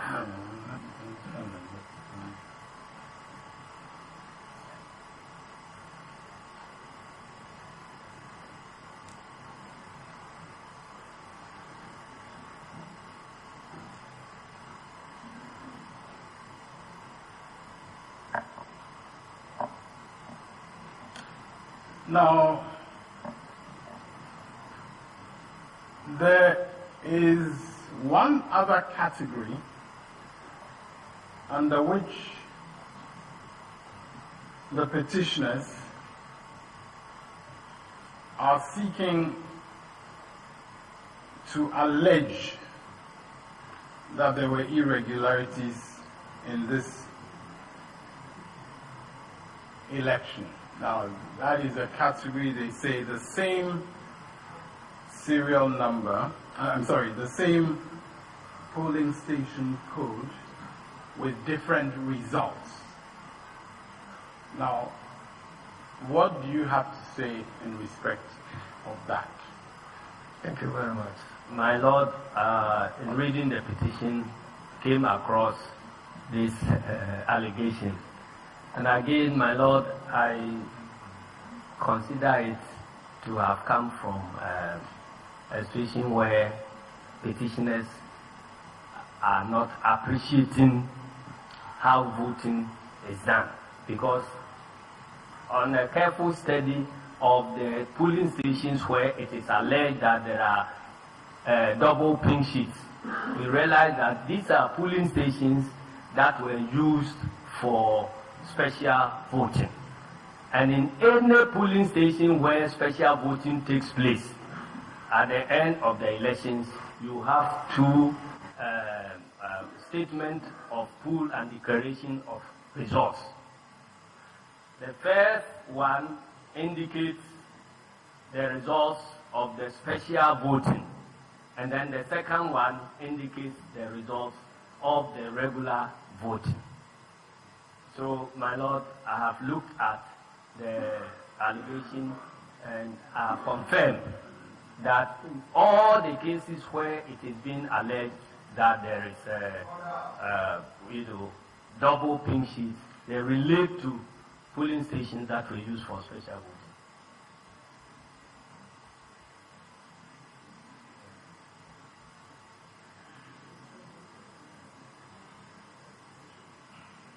And what does special voting mean?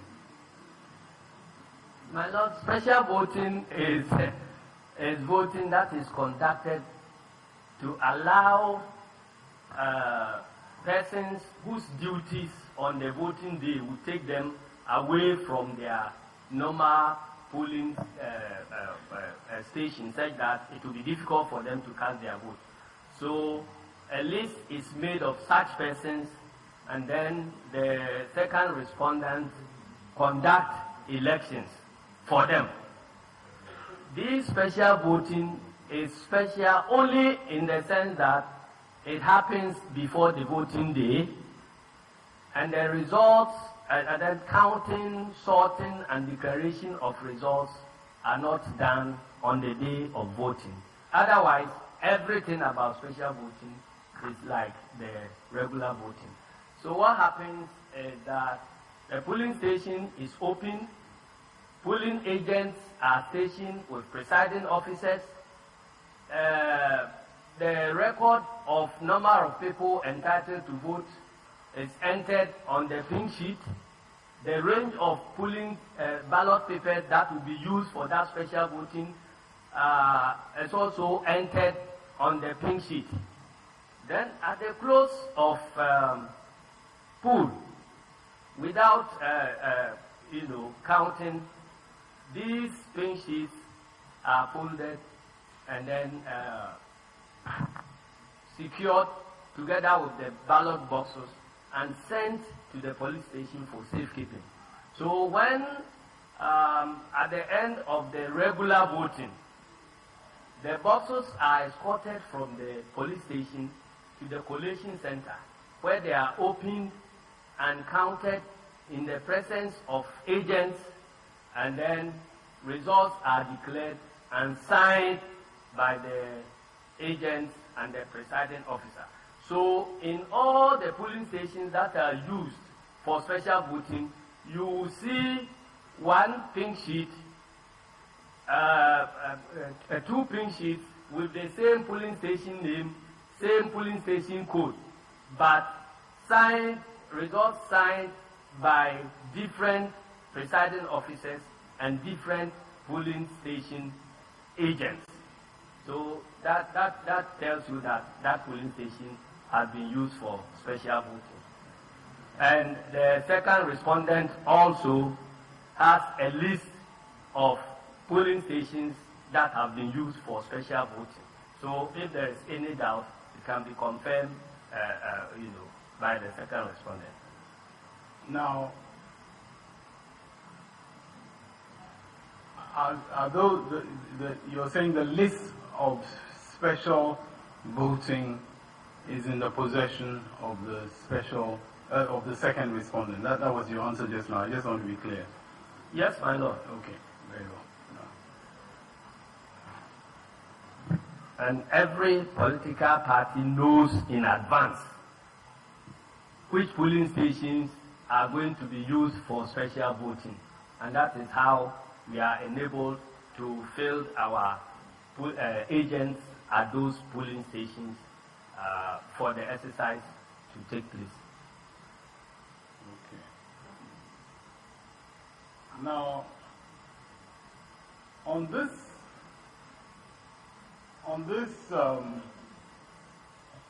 exhibit that I showed you, the MV 2270, we went through the D portion, and I want you now just to focus on D6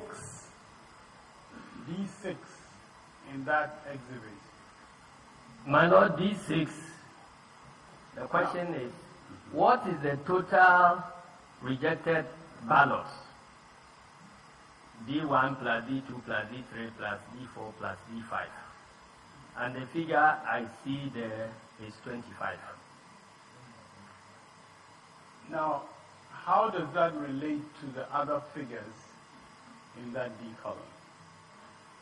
My lord, that appears not to be tallying with the other figures, the sum of which should be entered in that column. Tell us exactly what you see there and why you say what you're saying. My lord, I have maintained all over that these ballot accounting sessions, in a lot of cases, are completed after declaration of voting, and we can only explain this by clerical errors and nothing else. Now, what are the numbers in those D1, D2 which should be added up and which you say? My lord, I have 1, 2, that is 3, plus 6, 12, plus 3, should be 15. But you have 25 there.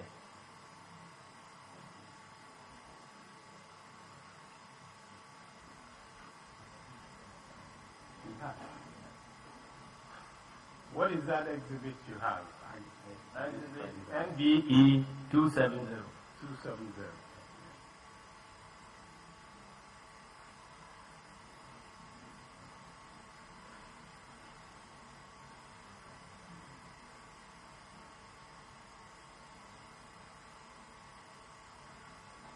Now, there is just one other element on the pink sheet that I want you to clarify, which is in the B column. That is B2. What is that?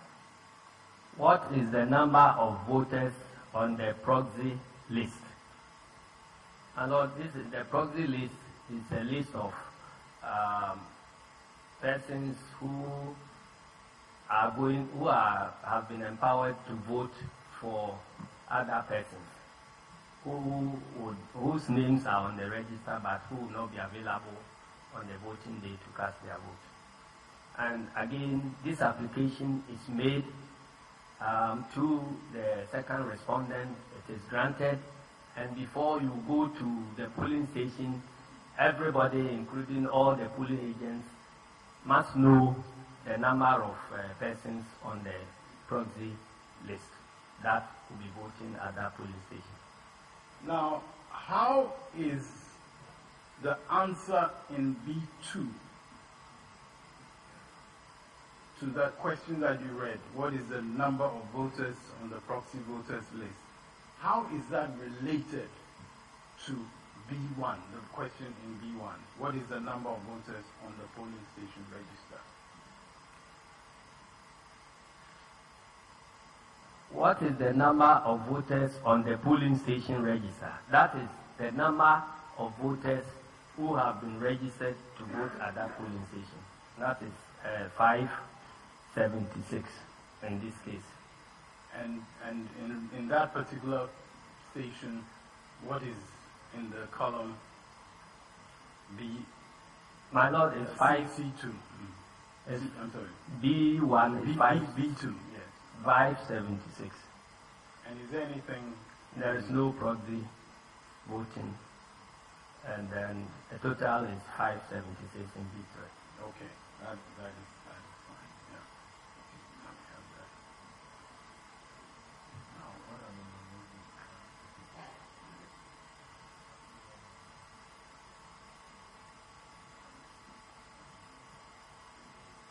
Now,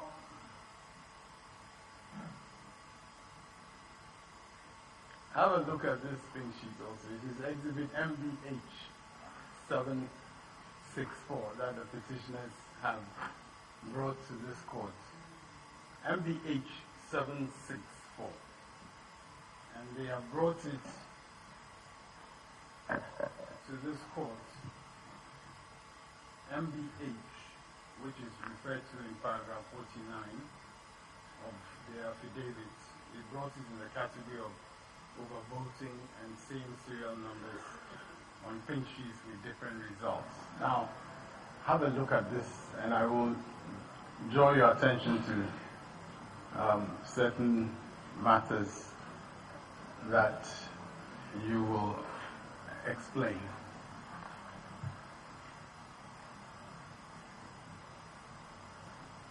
Yes, my lord. Now, this is for Kindongo Market A, polling station J071-703, and the exhibit is MBH 764. Now, again, have a look at what is in A1 and relate it to the evidence that you've given to this court. My lord, in A1 is what is the number of ballots issued to this polling station, and the entry there is 10.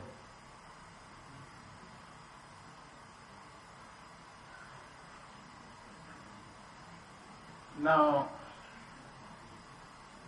what is the entry in respect of the total votes in the ballot box? The total votes in the ballot box have been given as 423. Now, the petitioner second petitioner says that this is a case of overvoting. What do you have to say to that? My Lord, I disagree with the petitioners when they said that it is overvoting. I don't know which figures they were comparing. If it is the number of persons entitled to vote at the polling station, it is 758, and the number of persons, the number of votes in the box is 423. So the number of votes in the box do not exceed the number of people who are entitled to vote at the polling station.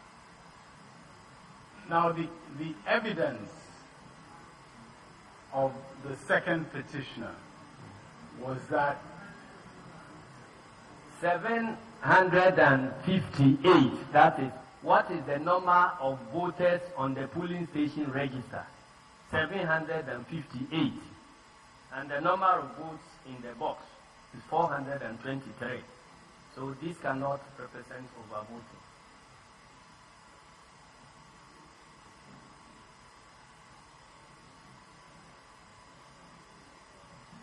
Now, have a look at the D portion of that,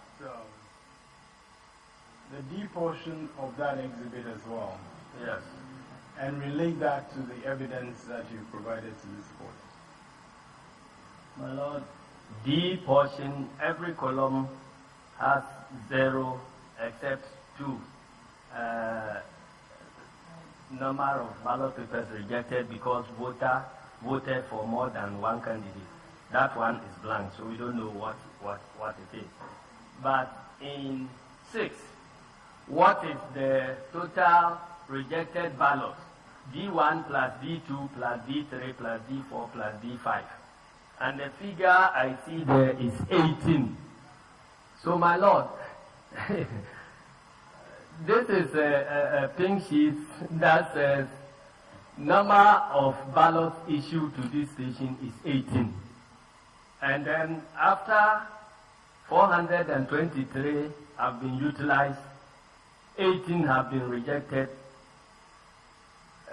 and then 18 is still available to be rejected. So it tells you that the entry in A1, which is 10, is in error.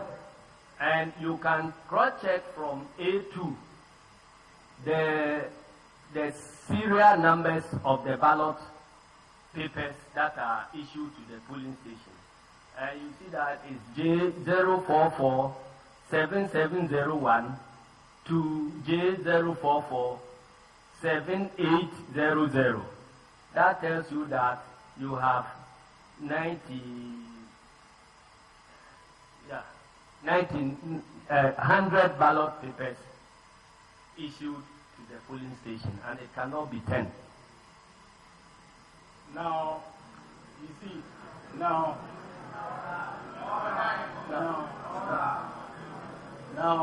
I think we have 800.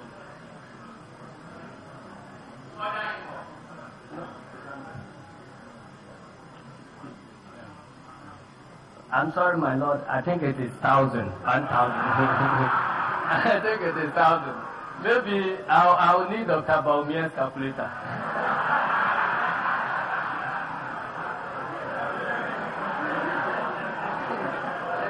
It's 1,000, my Lord.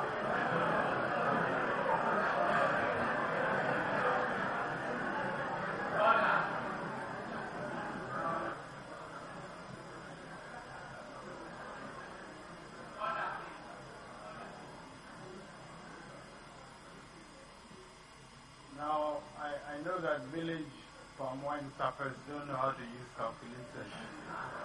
So let me just ask you, you heard that Dr. Baumiani's evidence said wherever there is a blank in either A1 or... Okay. Can we just deal with the questions as they come. Now, you heard him say that whenever there is a blank in A1,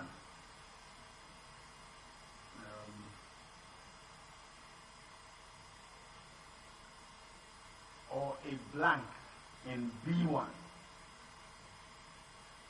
that, and then there are figures at the bottom, that, according to him, is overvoting. What do you say to that?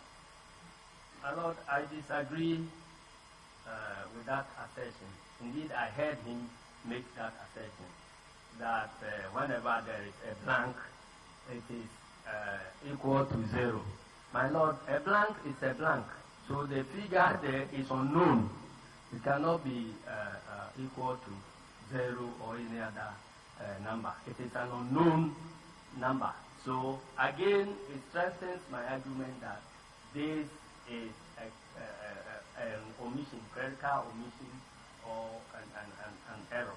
And it tells you if these figures are supposed to have all been entered before counting, and they are blank, it tells you that they are indeed not entered before counting.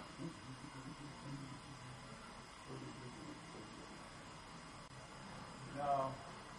But my Lord, again, the results have been certified by the polling agents of all the polling stations, and there is no indication that the complaint procedure has been invoked. And as far as I can remember, the figures certified for each of the presidential candidates are those that were collated, and the declaration was based on them. Now, have a look at this exhibit also. It is exhibit MBH 196. And again, bring your mind to the C section of that.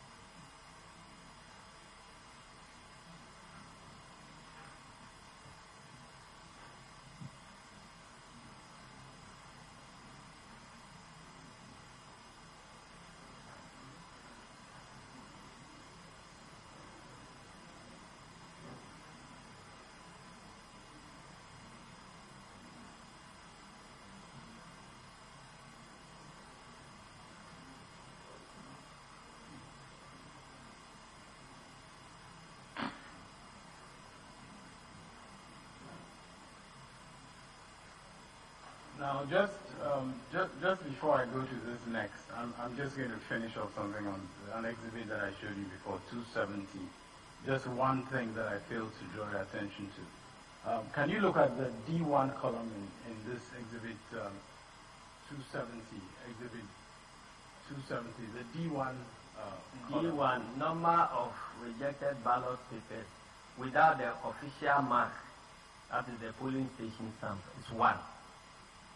And in relation to the evidence that you provided before, how is this recognized? My Lord, before the voter is handed the ballot paper, it is torn and turned face down. It is stamped behind, and then the presiding officer signs before giving it out.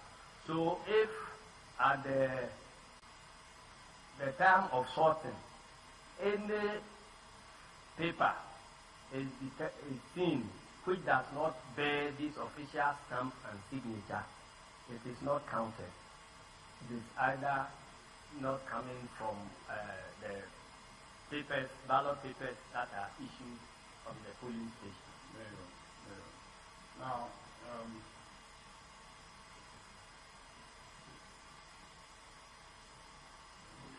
we now go to the exhibit MBH 196 that I was coming to.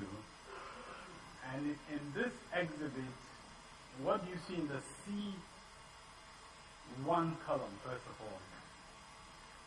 My Lord, all the columns are blank, from C to D, all of them. Those that are indicated to be filled in at the end of poll before counting, all of them are blank. Those that are indicated to be filled in at the end of poll after counting is completed, they are all blank. But again, there were results declared and certified by the agents of NDC and MPP without any complaint raised. And my Lord, it is these results that were collated and the winner of the elections declared based on. Now again on this exhibit MBH 196, if you refer to the polling station code, first of all, can you relate that to the evidence that you have given to this court?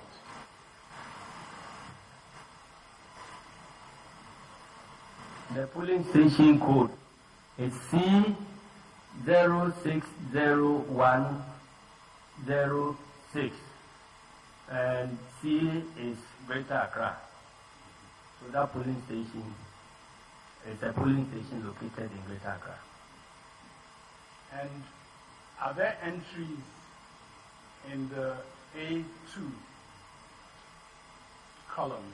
A2, yes, my Lord. The A2 column has these entries 0712002 to 0714000, and then 30099726 to 30099750. That is the range of serial numbers on the ballot paper. Very well, very well. Now, on those columns, in those columns, you indicated blanks. I'm going to show you another exhibit where C1 is not blank, but it is also given as an instance of overvoting. So have a look at what is in C1 and give you a response in respect of that.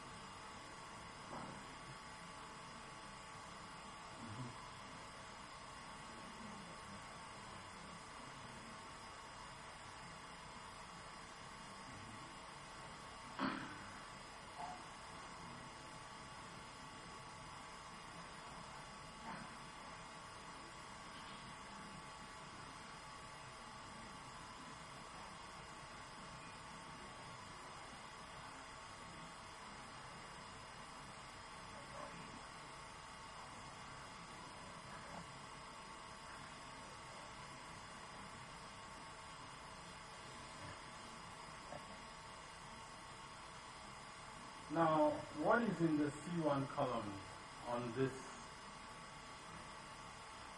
pink sheet? C1, the number of ballots issued to voters on the polling station register. And the answer there is 4.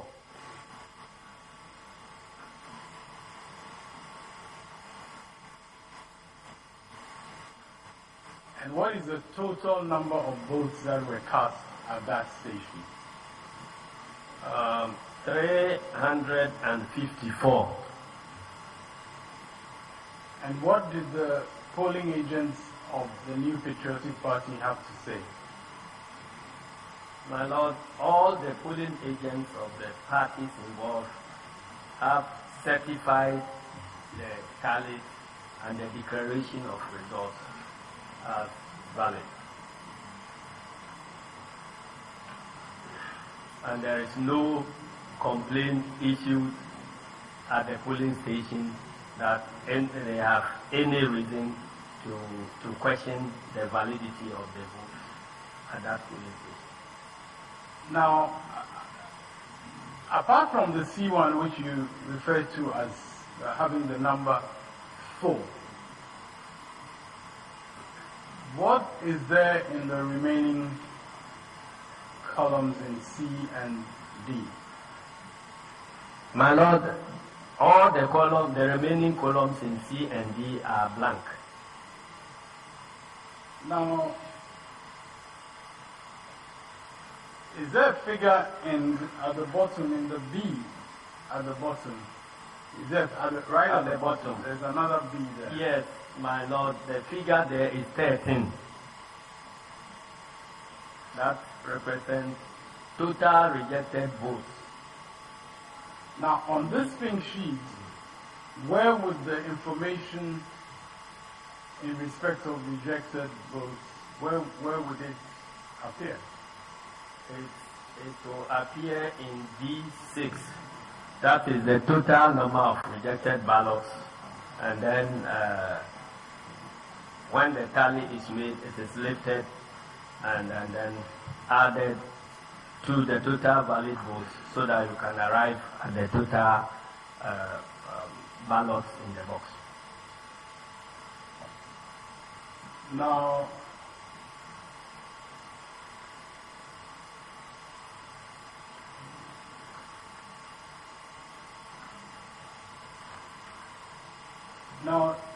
Mr. Siduk is here. Yes, my Lord. You are aware that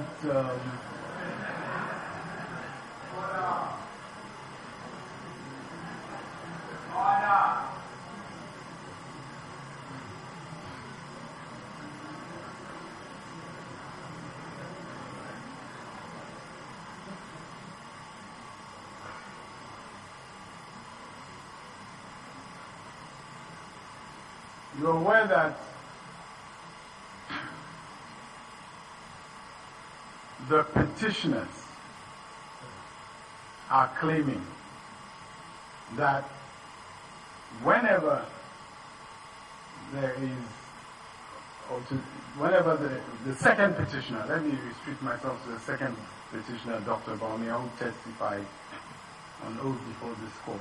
Now, you are aware that he is saying that in every case where those votes at the bottom of the sheet of votes tallied, those numbers are in excess of the votes in C1, or even when C1 is blank. You're aware that what he's asking this court to do is to annul the votes of those people at the polling station. Yes, I'm aware of that. Yeah. Now, what do you have to say to that? My Lord, there is absolutely no basis for that claim, because it is clear that if there is nothing written there, it means that the figure there is unknown. And they are classifying that incident as overvoting. And I have already explained that overvoting does not relate to number of ballot papers issued at the polling station at all. Overvoting relates to number of ballots in the box as compared to number of persons entitled to vote at the polling station. That is overvoting. All these other things like ballot accounting and so on, they don't enter or they cannot be classified as overvoting at all. Now, when you say that this is what overvoting relates to, what is the basis of your claim about what overvoting is and so on? What is the basis of that? My Lord, the electoral laws are known before we go into elections. And the procedures, beyond the laws, the procedures are known. And the classification of the various incidences and so on are also known. So we have never been trained ourselves, and we have never trained any of our party agents to identify a situation where total number of ballots issued at a polling station being less than the number of ballots in the votes to be classified as overvoting. Because if there is any such incident, there are standard procedures that are used to address it. It is only where there is the number of votes in the box exceed the number of people who are entitled to vote. That is where you have overvoting, and that is what leads to automatic cancellation. Now, my Lord, it is entirely possible that when a voter approaches a polling station and he takes the presidential ballot paper, he ends up putting it in the parliamentary ballot paper and vice versa. That will lead to a situation where when you open the box, you see that one of the boxes, the presidential ballot box, you will see that the number of ballots in the box are more than the number of ballots issued. My Lord, in any such incident, what you do is that the first check is turn all the ballot papers face down, and you identify the stamp and signature behind. You identify if somebody has managed to put a paper in the ballot box, either a fake ballot paper or anything inside. You will see that that fake ballot paper will not have the stamp and signature of the presiding officer at that station. If it is a presidential ballot that has been put in a parliamentary box, you will see it from the face, and you'll be able to know from which polling station that paper was issued. So all these things constitute the sorting stage. So when you open the box, you don't just go ahead and do counting and allocation of votes. You actually sort to ensure that the ballots you are dealing with in the box are genuine ballots. When there is, if you apply these measures and you still are not able to identify the wrong ballot paper, you then go and check from the serial numbers. And that is the reason why the serial numbers of the ballot papers issued to the polling station are entered.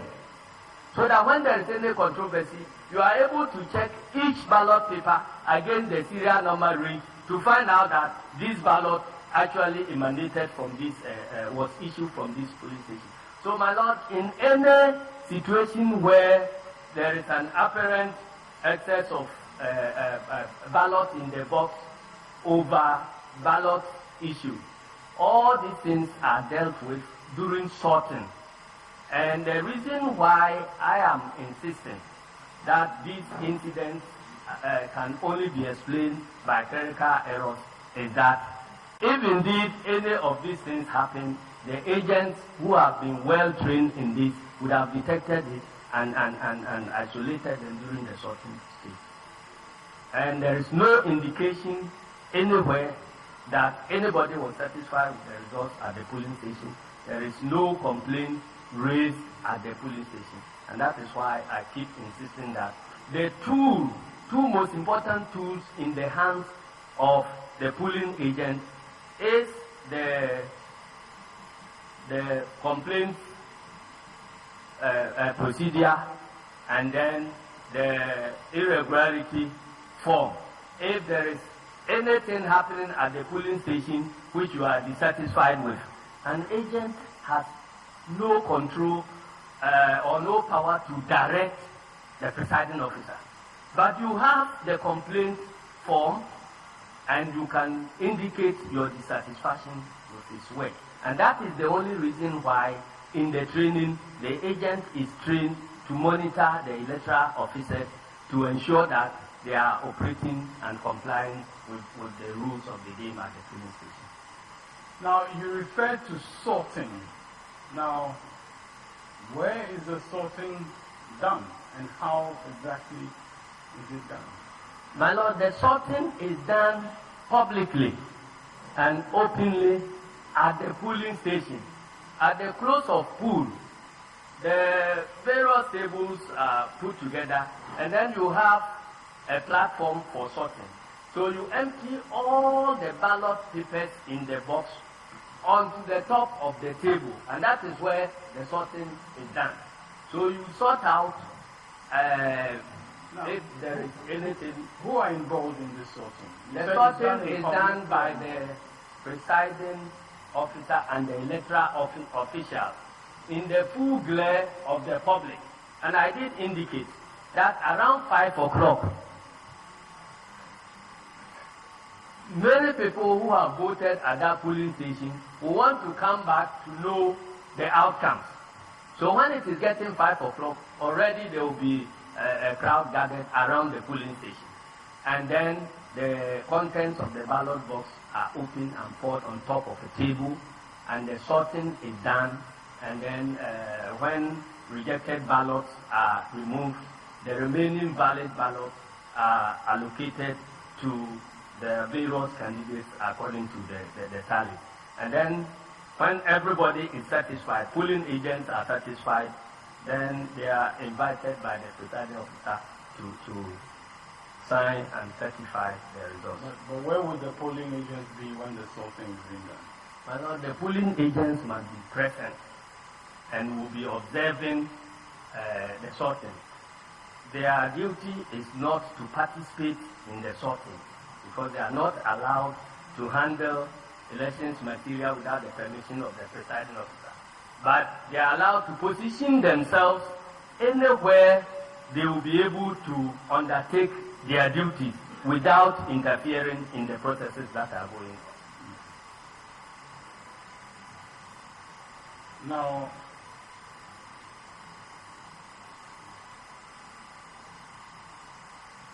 you also referred to, after the sorting in public and so on, you referred to the counting and the declaration by the presiding officer.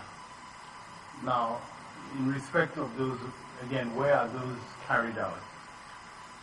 My Lord, after the sorting, the ballot papers are sorted into the various heaps of the candidates. And then the presiding officer does the counting by lifting the ballot papers one at a time. And then everybody in the crowd will be counting alongside. So they will count 1, 2, 3. You get to the end of the tally of a particular candidate.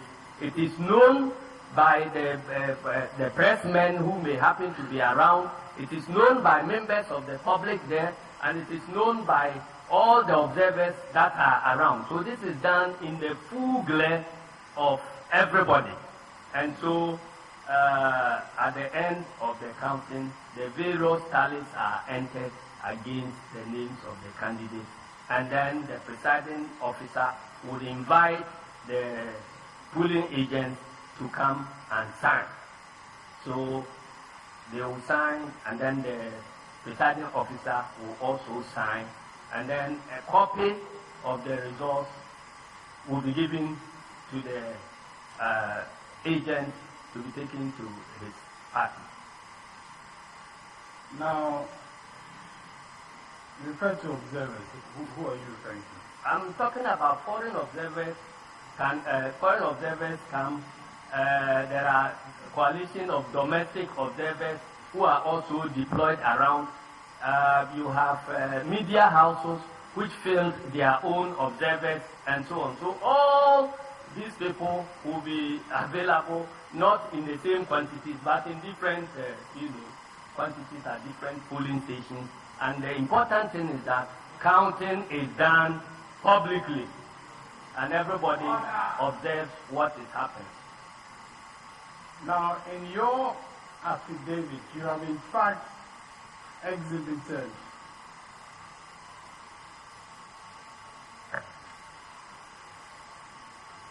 a report.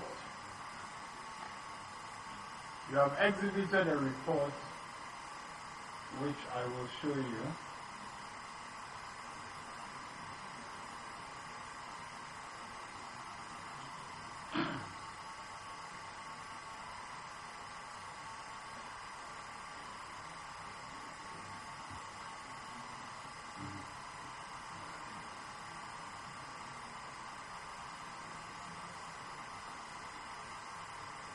Now, what report is that? My Lord, this is marked Exhibit JAN2. This is a report from the African Union. And then I must add that the African Union, at the request of government, fielded an observer team led by General Obasanjo, the former president of Nigeria. Now,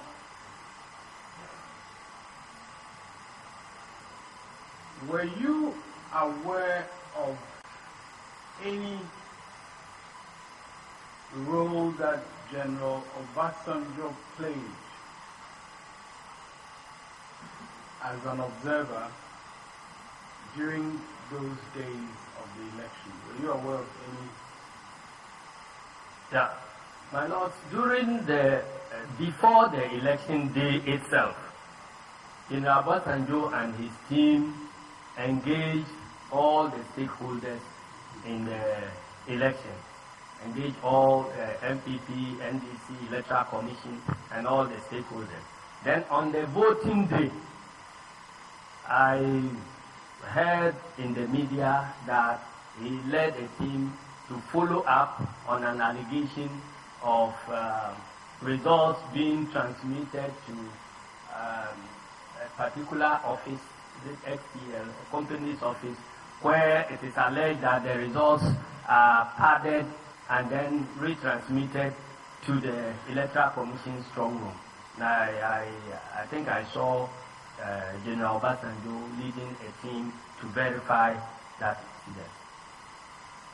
Are you aware of the results of his investigation into that incident?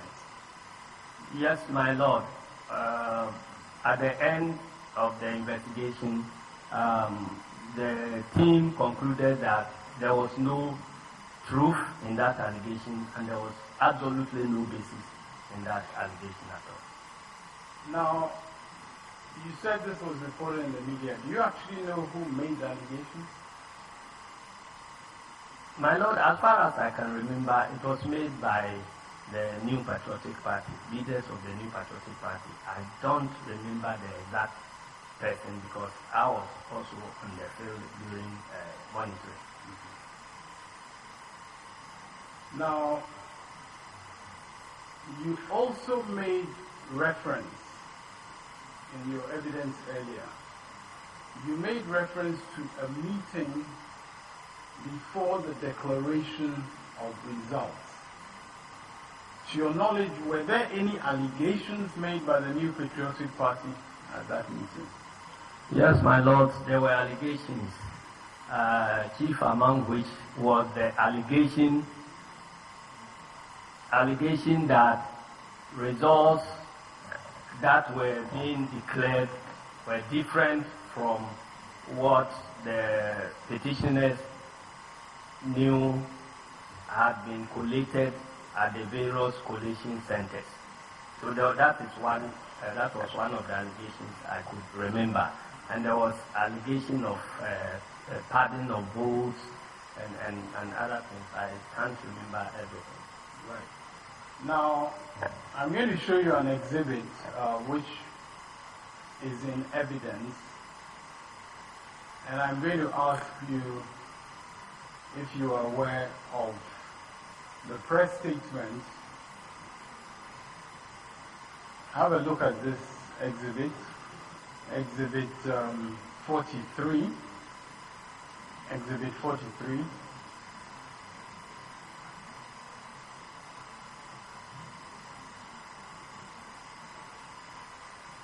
Have a look at that exhibit. And you see that that is a letter of the New Patriotic Party to the second respondent. And if you turn over, you see also a reference to a statement. Did this statement come to your notice during that time? Yes, my lord, this statement was widely reported in the media. And I think the statement formed the basis of the discussions, the engagement of the petitioners with the Electoral Commission and the National Peace Council at a meeting that took place before the declaration of the results by the second respondent. And what was the burden of the claims made by the New Patriotic Party in that widely publicized press statement? What was the burden of those claims? My lord, the NPP at that time indicated that they had credible evidence about various malpractices all across the country, and they were demanding the postponement of the declaration of the results, and then asking the second respondent to conduct an audit of all the biometric verification machines and also give them some 24 hours to submit the other pieces of evidence relating to other polling stations where they claim there have been malpractices. And my lord, I remember they submitted pink sheets relating to about seven constituencies, and they gave those pink sheets to the second respondent and claimed that that was the evidence that something had gone wrong and that the results that were being announced were different from the results that were declared at the various collation centers. Thereupon, the second respondent went into close sitting with their experts and then reported back that they could not, on the basis of the pink sheets that have been supplied, postpone the declaration of the results because in some of the polling stations, the number of pink sheets that had been tendered in was different from the total number of polling stations that exist in those constituencies. So it cannot form the basis for the postponement of the election. So they proceeded and then indicated that the moment they have all the results from the various polling stations and constituencies, they will proceed to declare the results. And in fact, they did. Now, in that discussion, which you said you were part of, did any issue arise in relation to polling station declaration forms at any particular polling station? My Lord, the only issue that arose out of that related to polling station declaration forms was that they were holding polling station declaration forms and they thought that the results on those forms were genuine and that, but when they tallied, the figure they got was different from the figures as have been announced by the second respondent. Now, in your affidavit, you have actually claimed, that is part of your evidence, you have claimed that the representatives of the New Patriotic Party have made changing allegations about the alleged irregularities and malpractices which they claim accounted for the defeat. What do you mean by that? My Lord, after the close of poll, the representatives of the NPP, in fact, before the close of poll, representatives of the NPP started indicating that there were more practices. And this happened after the same representatives have come out to acclaim the results as free and fair, and that nobody should come out to contest the outcomes. The second respondents should be allowed to do their work without fear or favor. Then, not long after that, there were other press statements indicating that there were more practices all over and that the results are not acceptable. I believe this came when it became evident that the New Patriotic Party and the first petitioner was losing the elections. Then after that, I remember the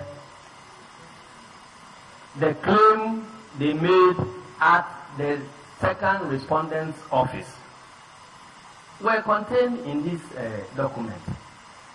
Then, subsequent to that, they came out after the declaration also making other claims that were substantially different from any other claims they had made in the past, including the allegation that voting took place outside this country and that the external votes were inflated by a certain number, more than 200,000 votes. They hung on to this. Then, at later, that claim was dropped, and then they started claiming that the results have been padded.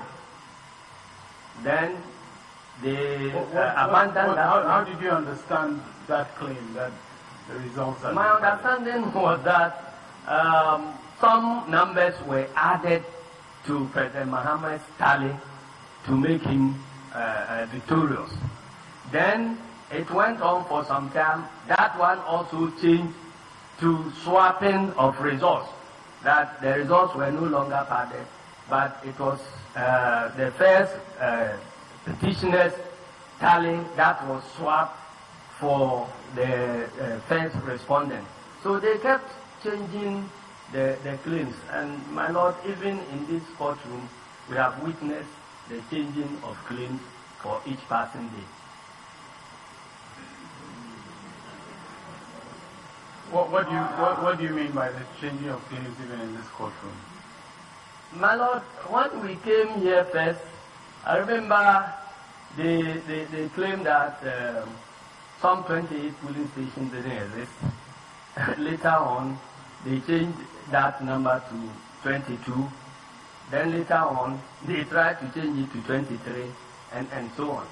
And then the number of polling stations in issue, they began by claiming 4,000 plus.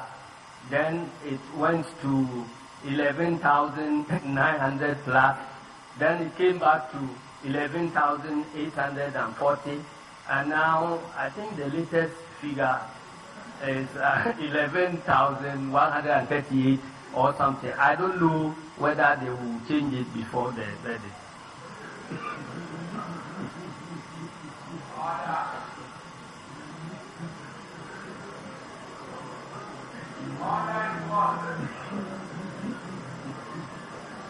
And my Lord, the various categorization too. Today they will say we have 26 categories. The following day it comes to 24. And that one also keeps changing. And my Lord, on the floor of this courtroom, they declare that they have no a problem. They haven't alleged any fraud or any problem involving the first respondent and the third respondent. Meanwhile, the case started with allegations against first respondent, of allegations of fraud against first respondent and then third respondent. So the case keeps on changing.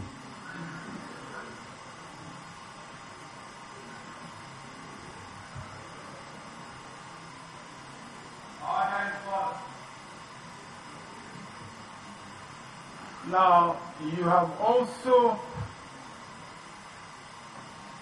claimed that the petition is an act of bad faith. What do you mean by that? My Lord, my understanding of elections is that everybody goes in with the same set of laws, prepared to accept any outcome, whether it goes in your favor or it goes against you. So long as you are satisfied with the conduct of the election. Now, the same group, that is second petitioners, who started the elections, were the same group that concluded the elections. But from the beginning of the elections, you hear respondents coming out to declare the elections free and fair and transparent. You hear, who do you hear? The petitioners. My Lord, you hear the petitioners declaring the elections free, fair, and transparent.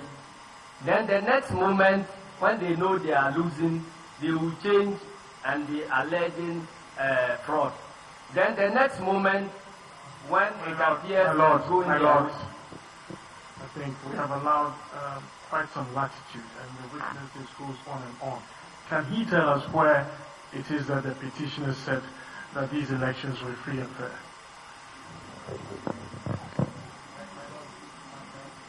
Counsel for the petitioners is not. He's going to have his turn, and I think we should proceed. What I mean, in effect, is that it is nowhere in their pleadings and in his affidavit. These are very serious matters. It's nowhere to make such a serious allegation that the petitioner said the elections were free and fair.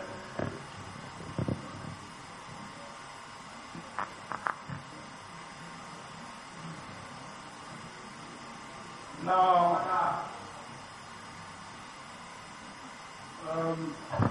Mr. Asiedun Ketia, we were dealing with your claim of bad faith. Will you continue your answer? My Lord, I did raise an objection about what? You have to respond to this. Or if you have no response, you indicate so. No, my Lord, I certainly have a response. I thought I had indicated that the petitioners will have their turn. That's my first response. They will have their turn to cross-examine the witness. And my Lord, respectfully, this chorus from behind us does not advance the process of this court. My Lord, it doesn't.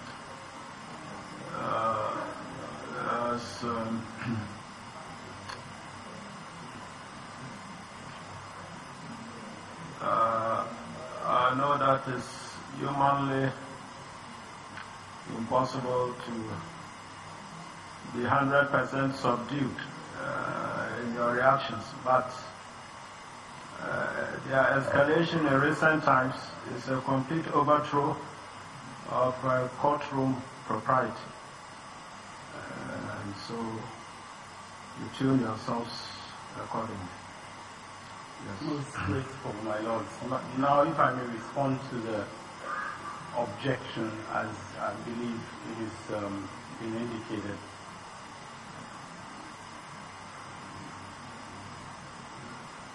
My lords, you have previously ruled in respect of the allegation of bad faith.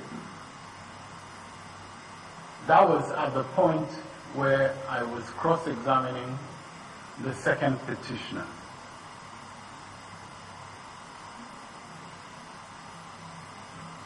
And in that ruling, your lordships allowed questions that related to the selective manner in which they had collated certain documents in relation to the elections.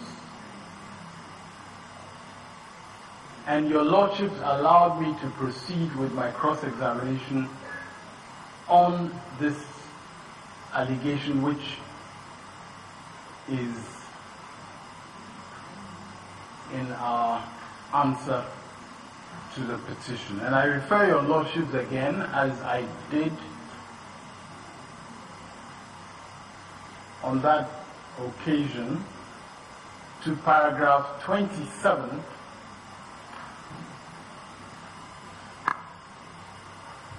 of our amended answer, in which we stated that the third respondent further states that in bringing this petition before the Honorable Court, petitioners are acting in bad faith,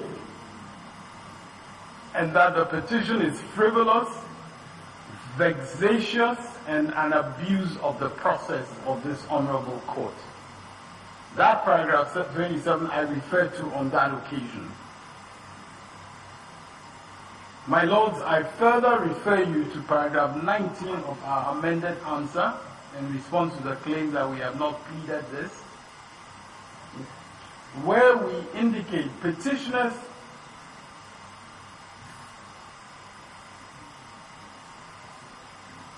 through the acts of their polling agents at the various polling stations, as well as acts of other representatives, clearly acknowledged that the presidential elections were validly conducted, and claims to the contrary now by the petitioners are an afterthought and in bad faith and cannot be countenanced.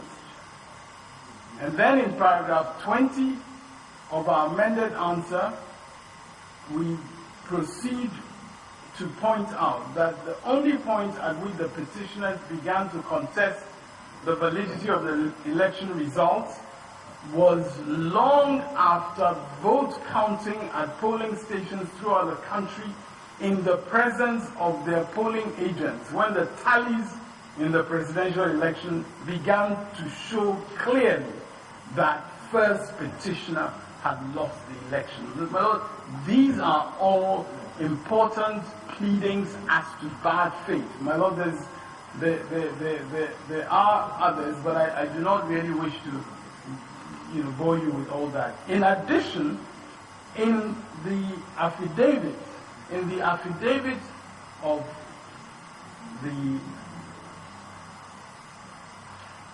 witness, that is before you, there is also, in paragraph 17, there is also the same allegation of bad faith.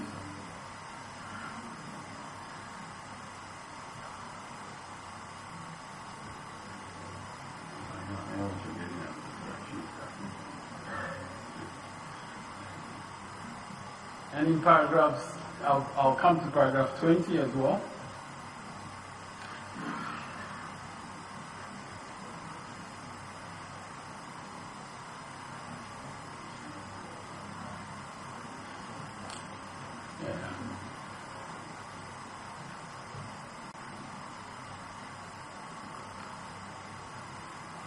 Paragraph 20 is a paragraph of his affidavit.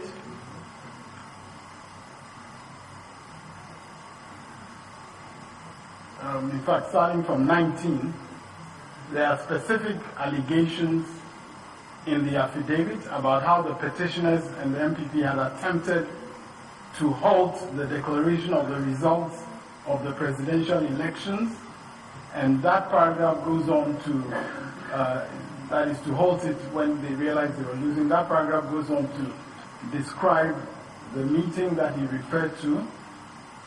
My lords, the witness has also testified to statements of the New Patriotic Party in respect of the elections.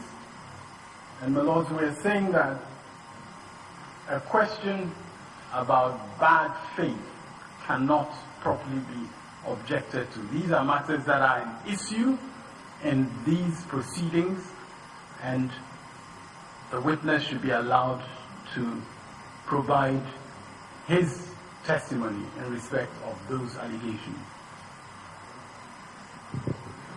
My lords, with your leave, I do not think that the objection was responded to. My objection was a simple one, that the petitioners have nowhere in either the pleadings or during cross-examination they told that they made a statement that these elections were free and fair. That is the objection we are taking, and not the bad faith. And this boils down to what we've been saying all along. No particulars of this allegation of bad faith has been given in either the pleadings or in the affidavit.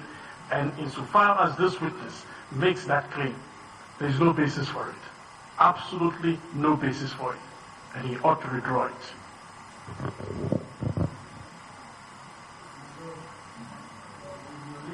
If I may refer to just another very specific passage in our affidavit, in paragraph 22, which states that after the declaration of the results, representatives of the MPP have made changing allegations about the alleged irregularities or malpractices, which they claim accounted for their defeat, including the following, and that goes on to particularize those changes.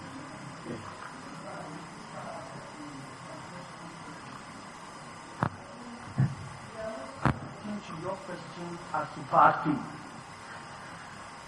their objection is to the witness's understanding of bad faith, where he is saying that they are showing bad faith because in one breath the petitioners went on air or admitted that the elections were free and fair, and then at that time they are saying that it wasn't free and fair. So it is not the accusation of bad faith per se that they are, but the specific answer. They said because they have not admitted anywhere that it was free and fair. So if you can point to any evidence, either in their pleadings or my lords, respectfully, that is why I started my response by indicating that he is testifying to that. When they cross-examine him, they can challenge as regards whether indeed any representative of the respondent of the petitioners actually said that or not. The witness, in response to my question, is testifying in open court that they actually acknowledge the results, the elections to be free and fair. The witness is acknowledging, he's giving testimony orally about that. When it comes to their turn, they can challenge him as regards, but they can't stop the witness from giving his account of the situation. Because, my lords, if the witness is not allowed to give his account, then he's not going to be able even to justify that statement that he has made. The statement that he's made, he will have to justify. And my lords, in paragraph 16 of the affidavit, I mean, Lord, this is very clear. I mean, in general response to the various allegations made by the petitioners, I say that in most of the polling stations in respect of which the petitioners have made claims, their own polling counting agents signed without complaint the pink sheets, and the current complaints are merely the afterthought of bad losers clutching at straws. The petitioners only started complaining long after the results had been declared at the various polling stations, and when the overall trend nationwide began to show that first petitioner would lose elections. Indeed, on December 8, 2012, after the president had said that voting should be allowed without prior fingerprint biometric verification, Boachi Ejaku, the campaign manager of the first petitioner, gave a press conference to inform the country about MPP's impression of the conduct of the election so far. He stated that the elections were the most transparent, and peaceful elections ever held in Ghana, and that the third respondent and I should not attempt to challenge the result. Now, my lord, unless the witness testifies to this, and then is subjected to cross-examination about it, the court is not going to be in a position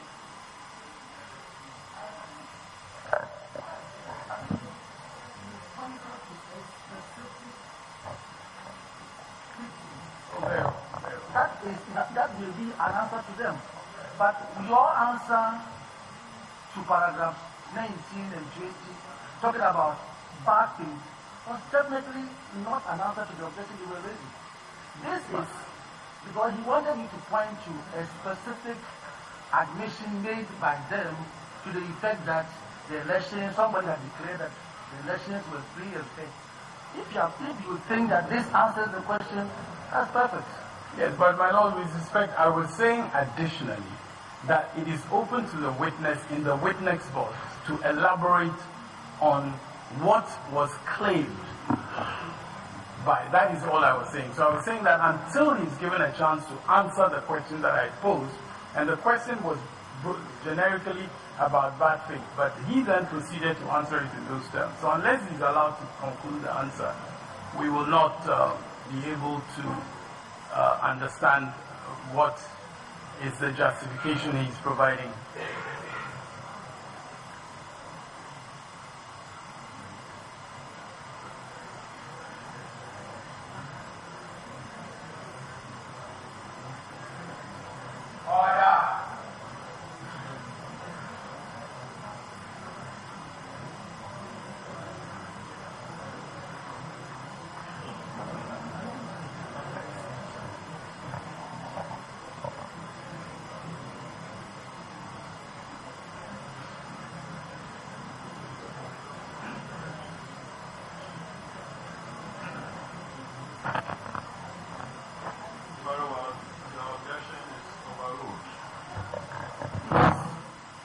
Grateful, my lords. Is that a unanimous decision of the bench?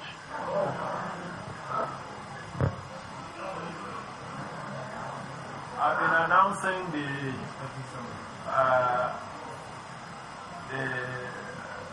positions are declared at the various centers.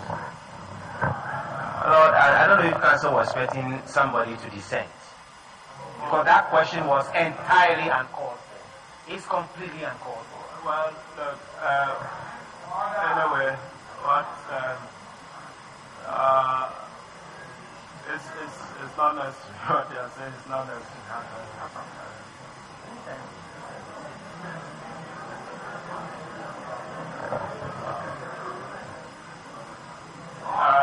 But the practice note now is that unless you hear specifications as to numbers this way or that way, is unanimous.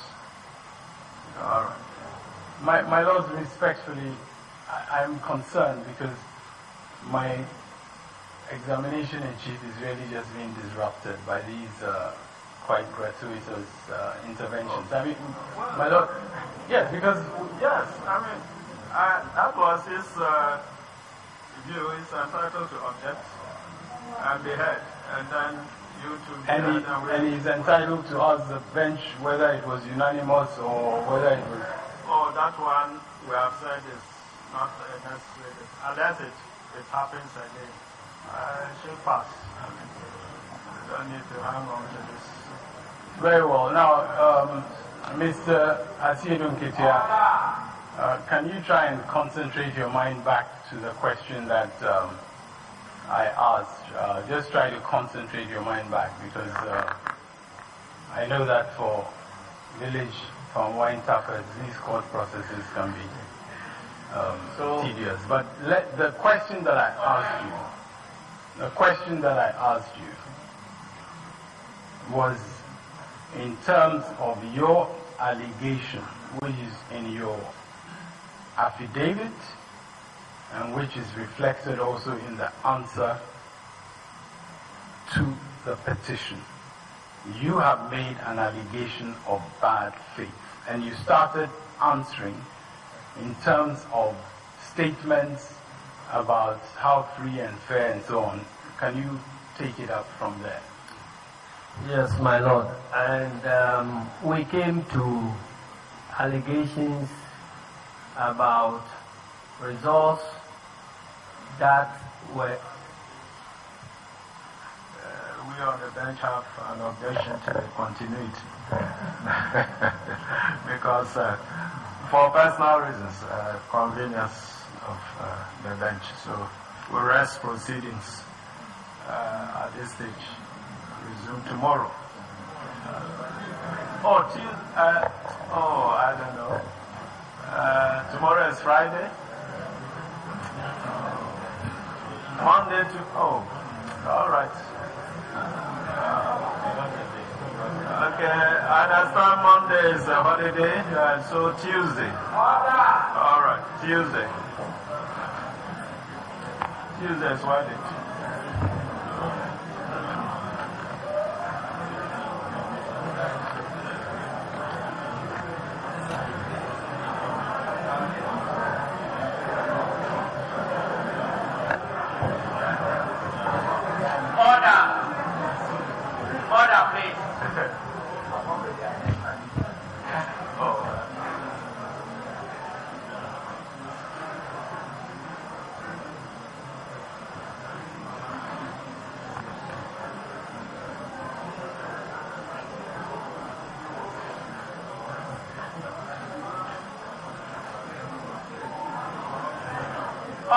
Order.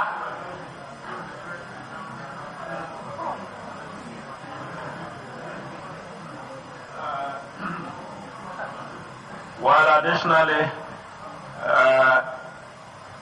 a review application headed per curiam application for review was slated for today from Mr. Amekuji. It's adjourned to Tuesday also. It was supposed to come on today, it cannot. So it's also coming on Tuesday, 28th May, 2013. All right.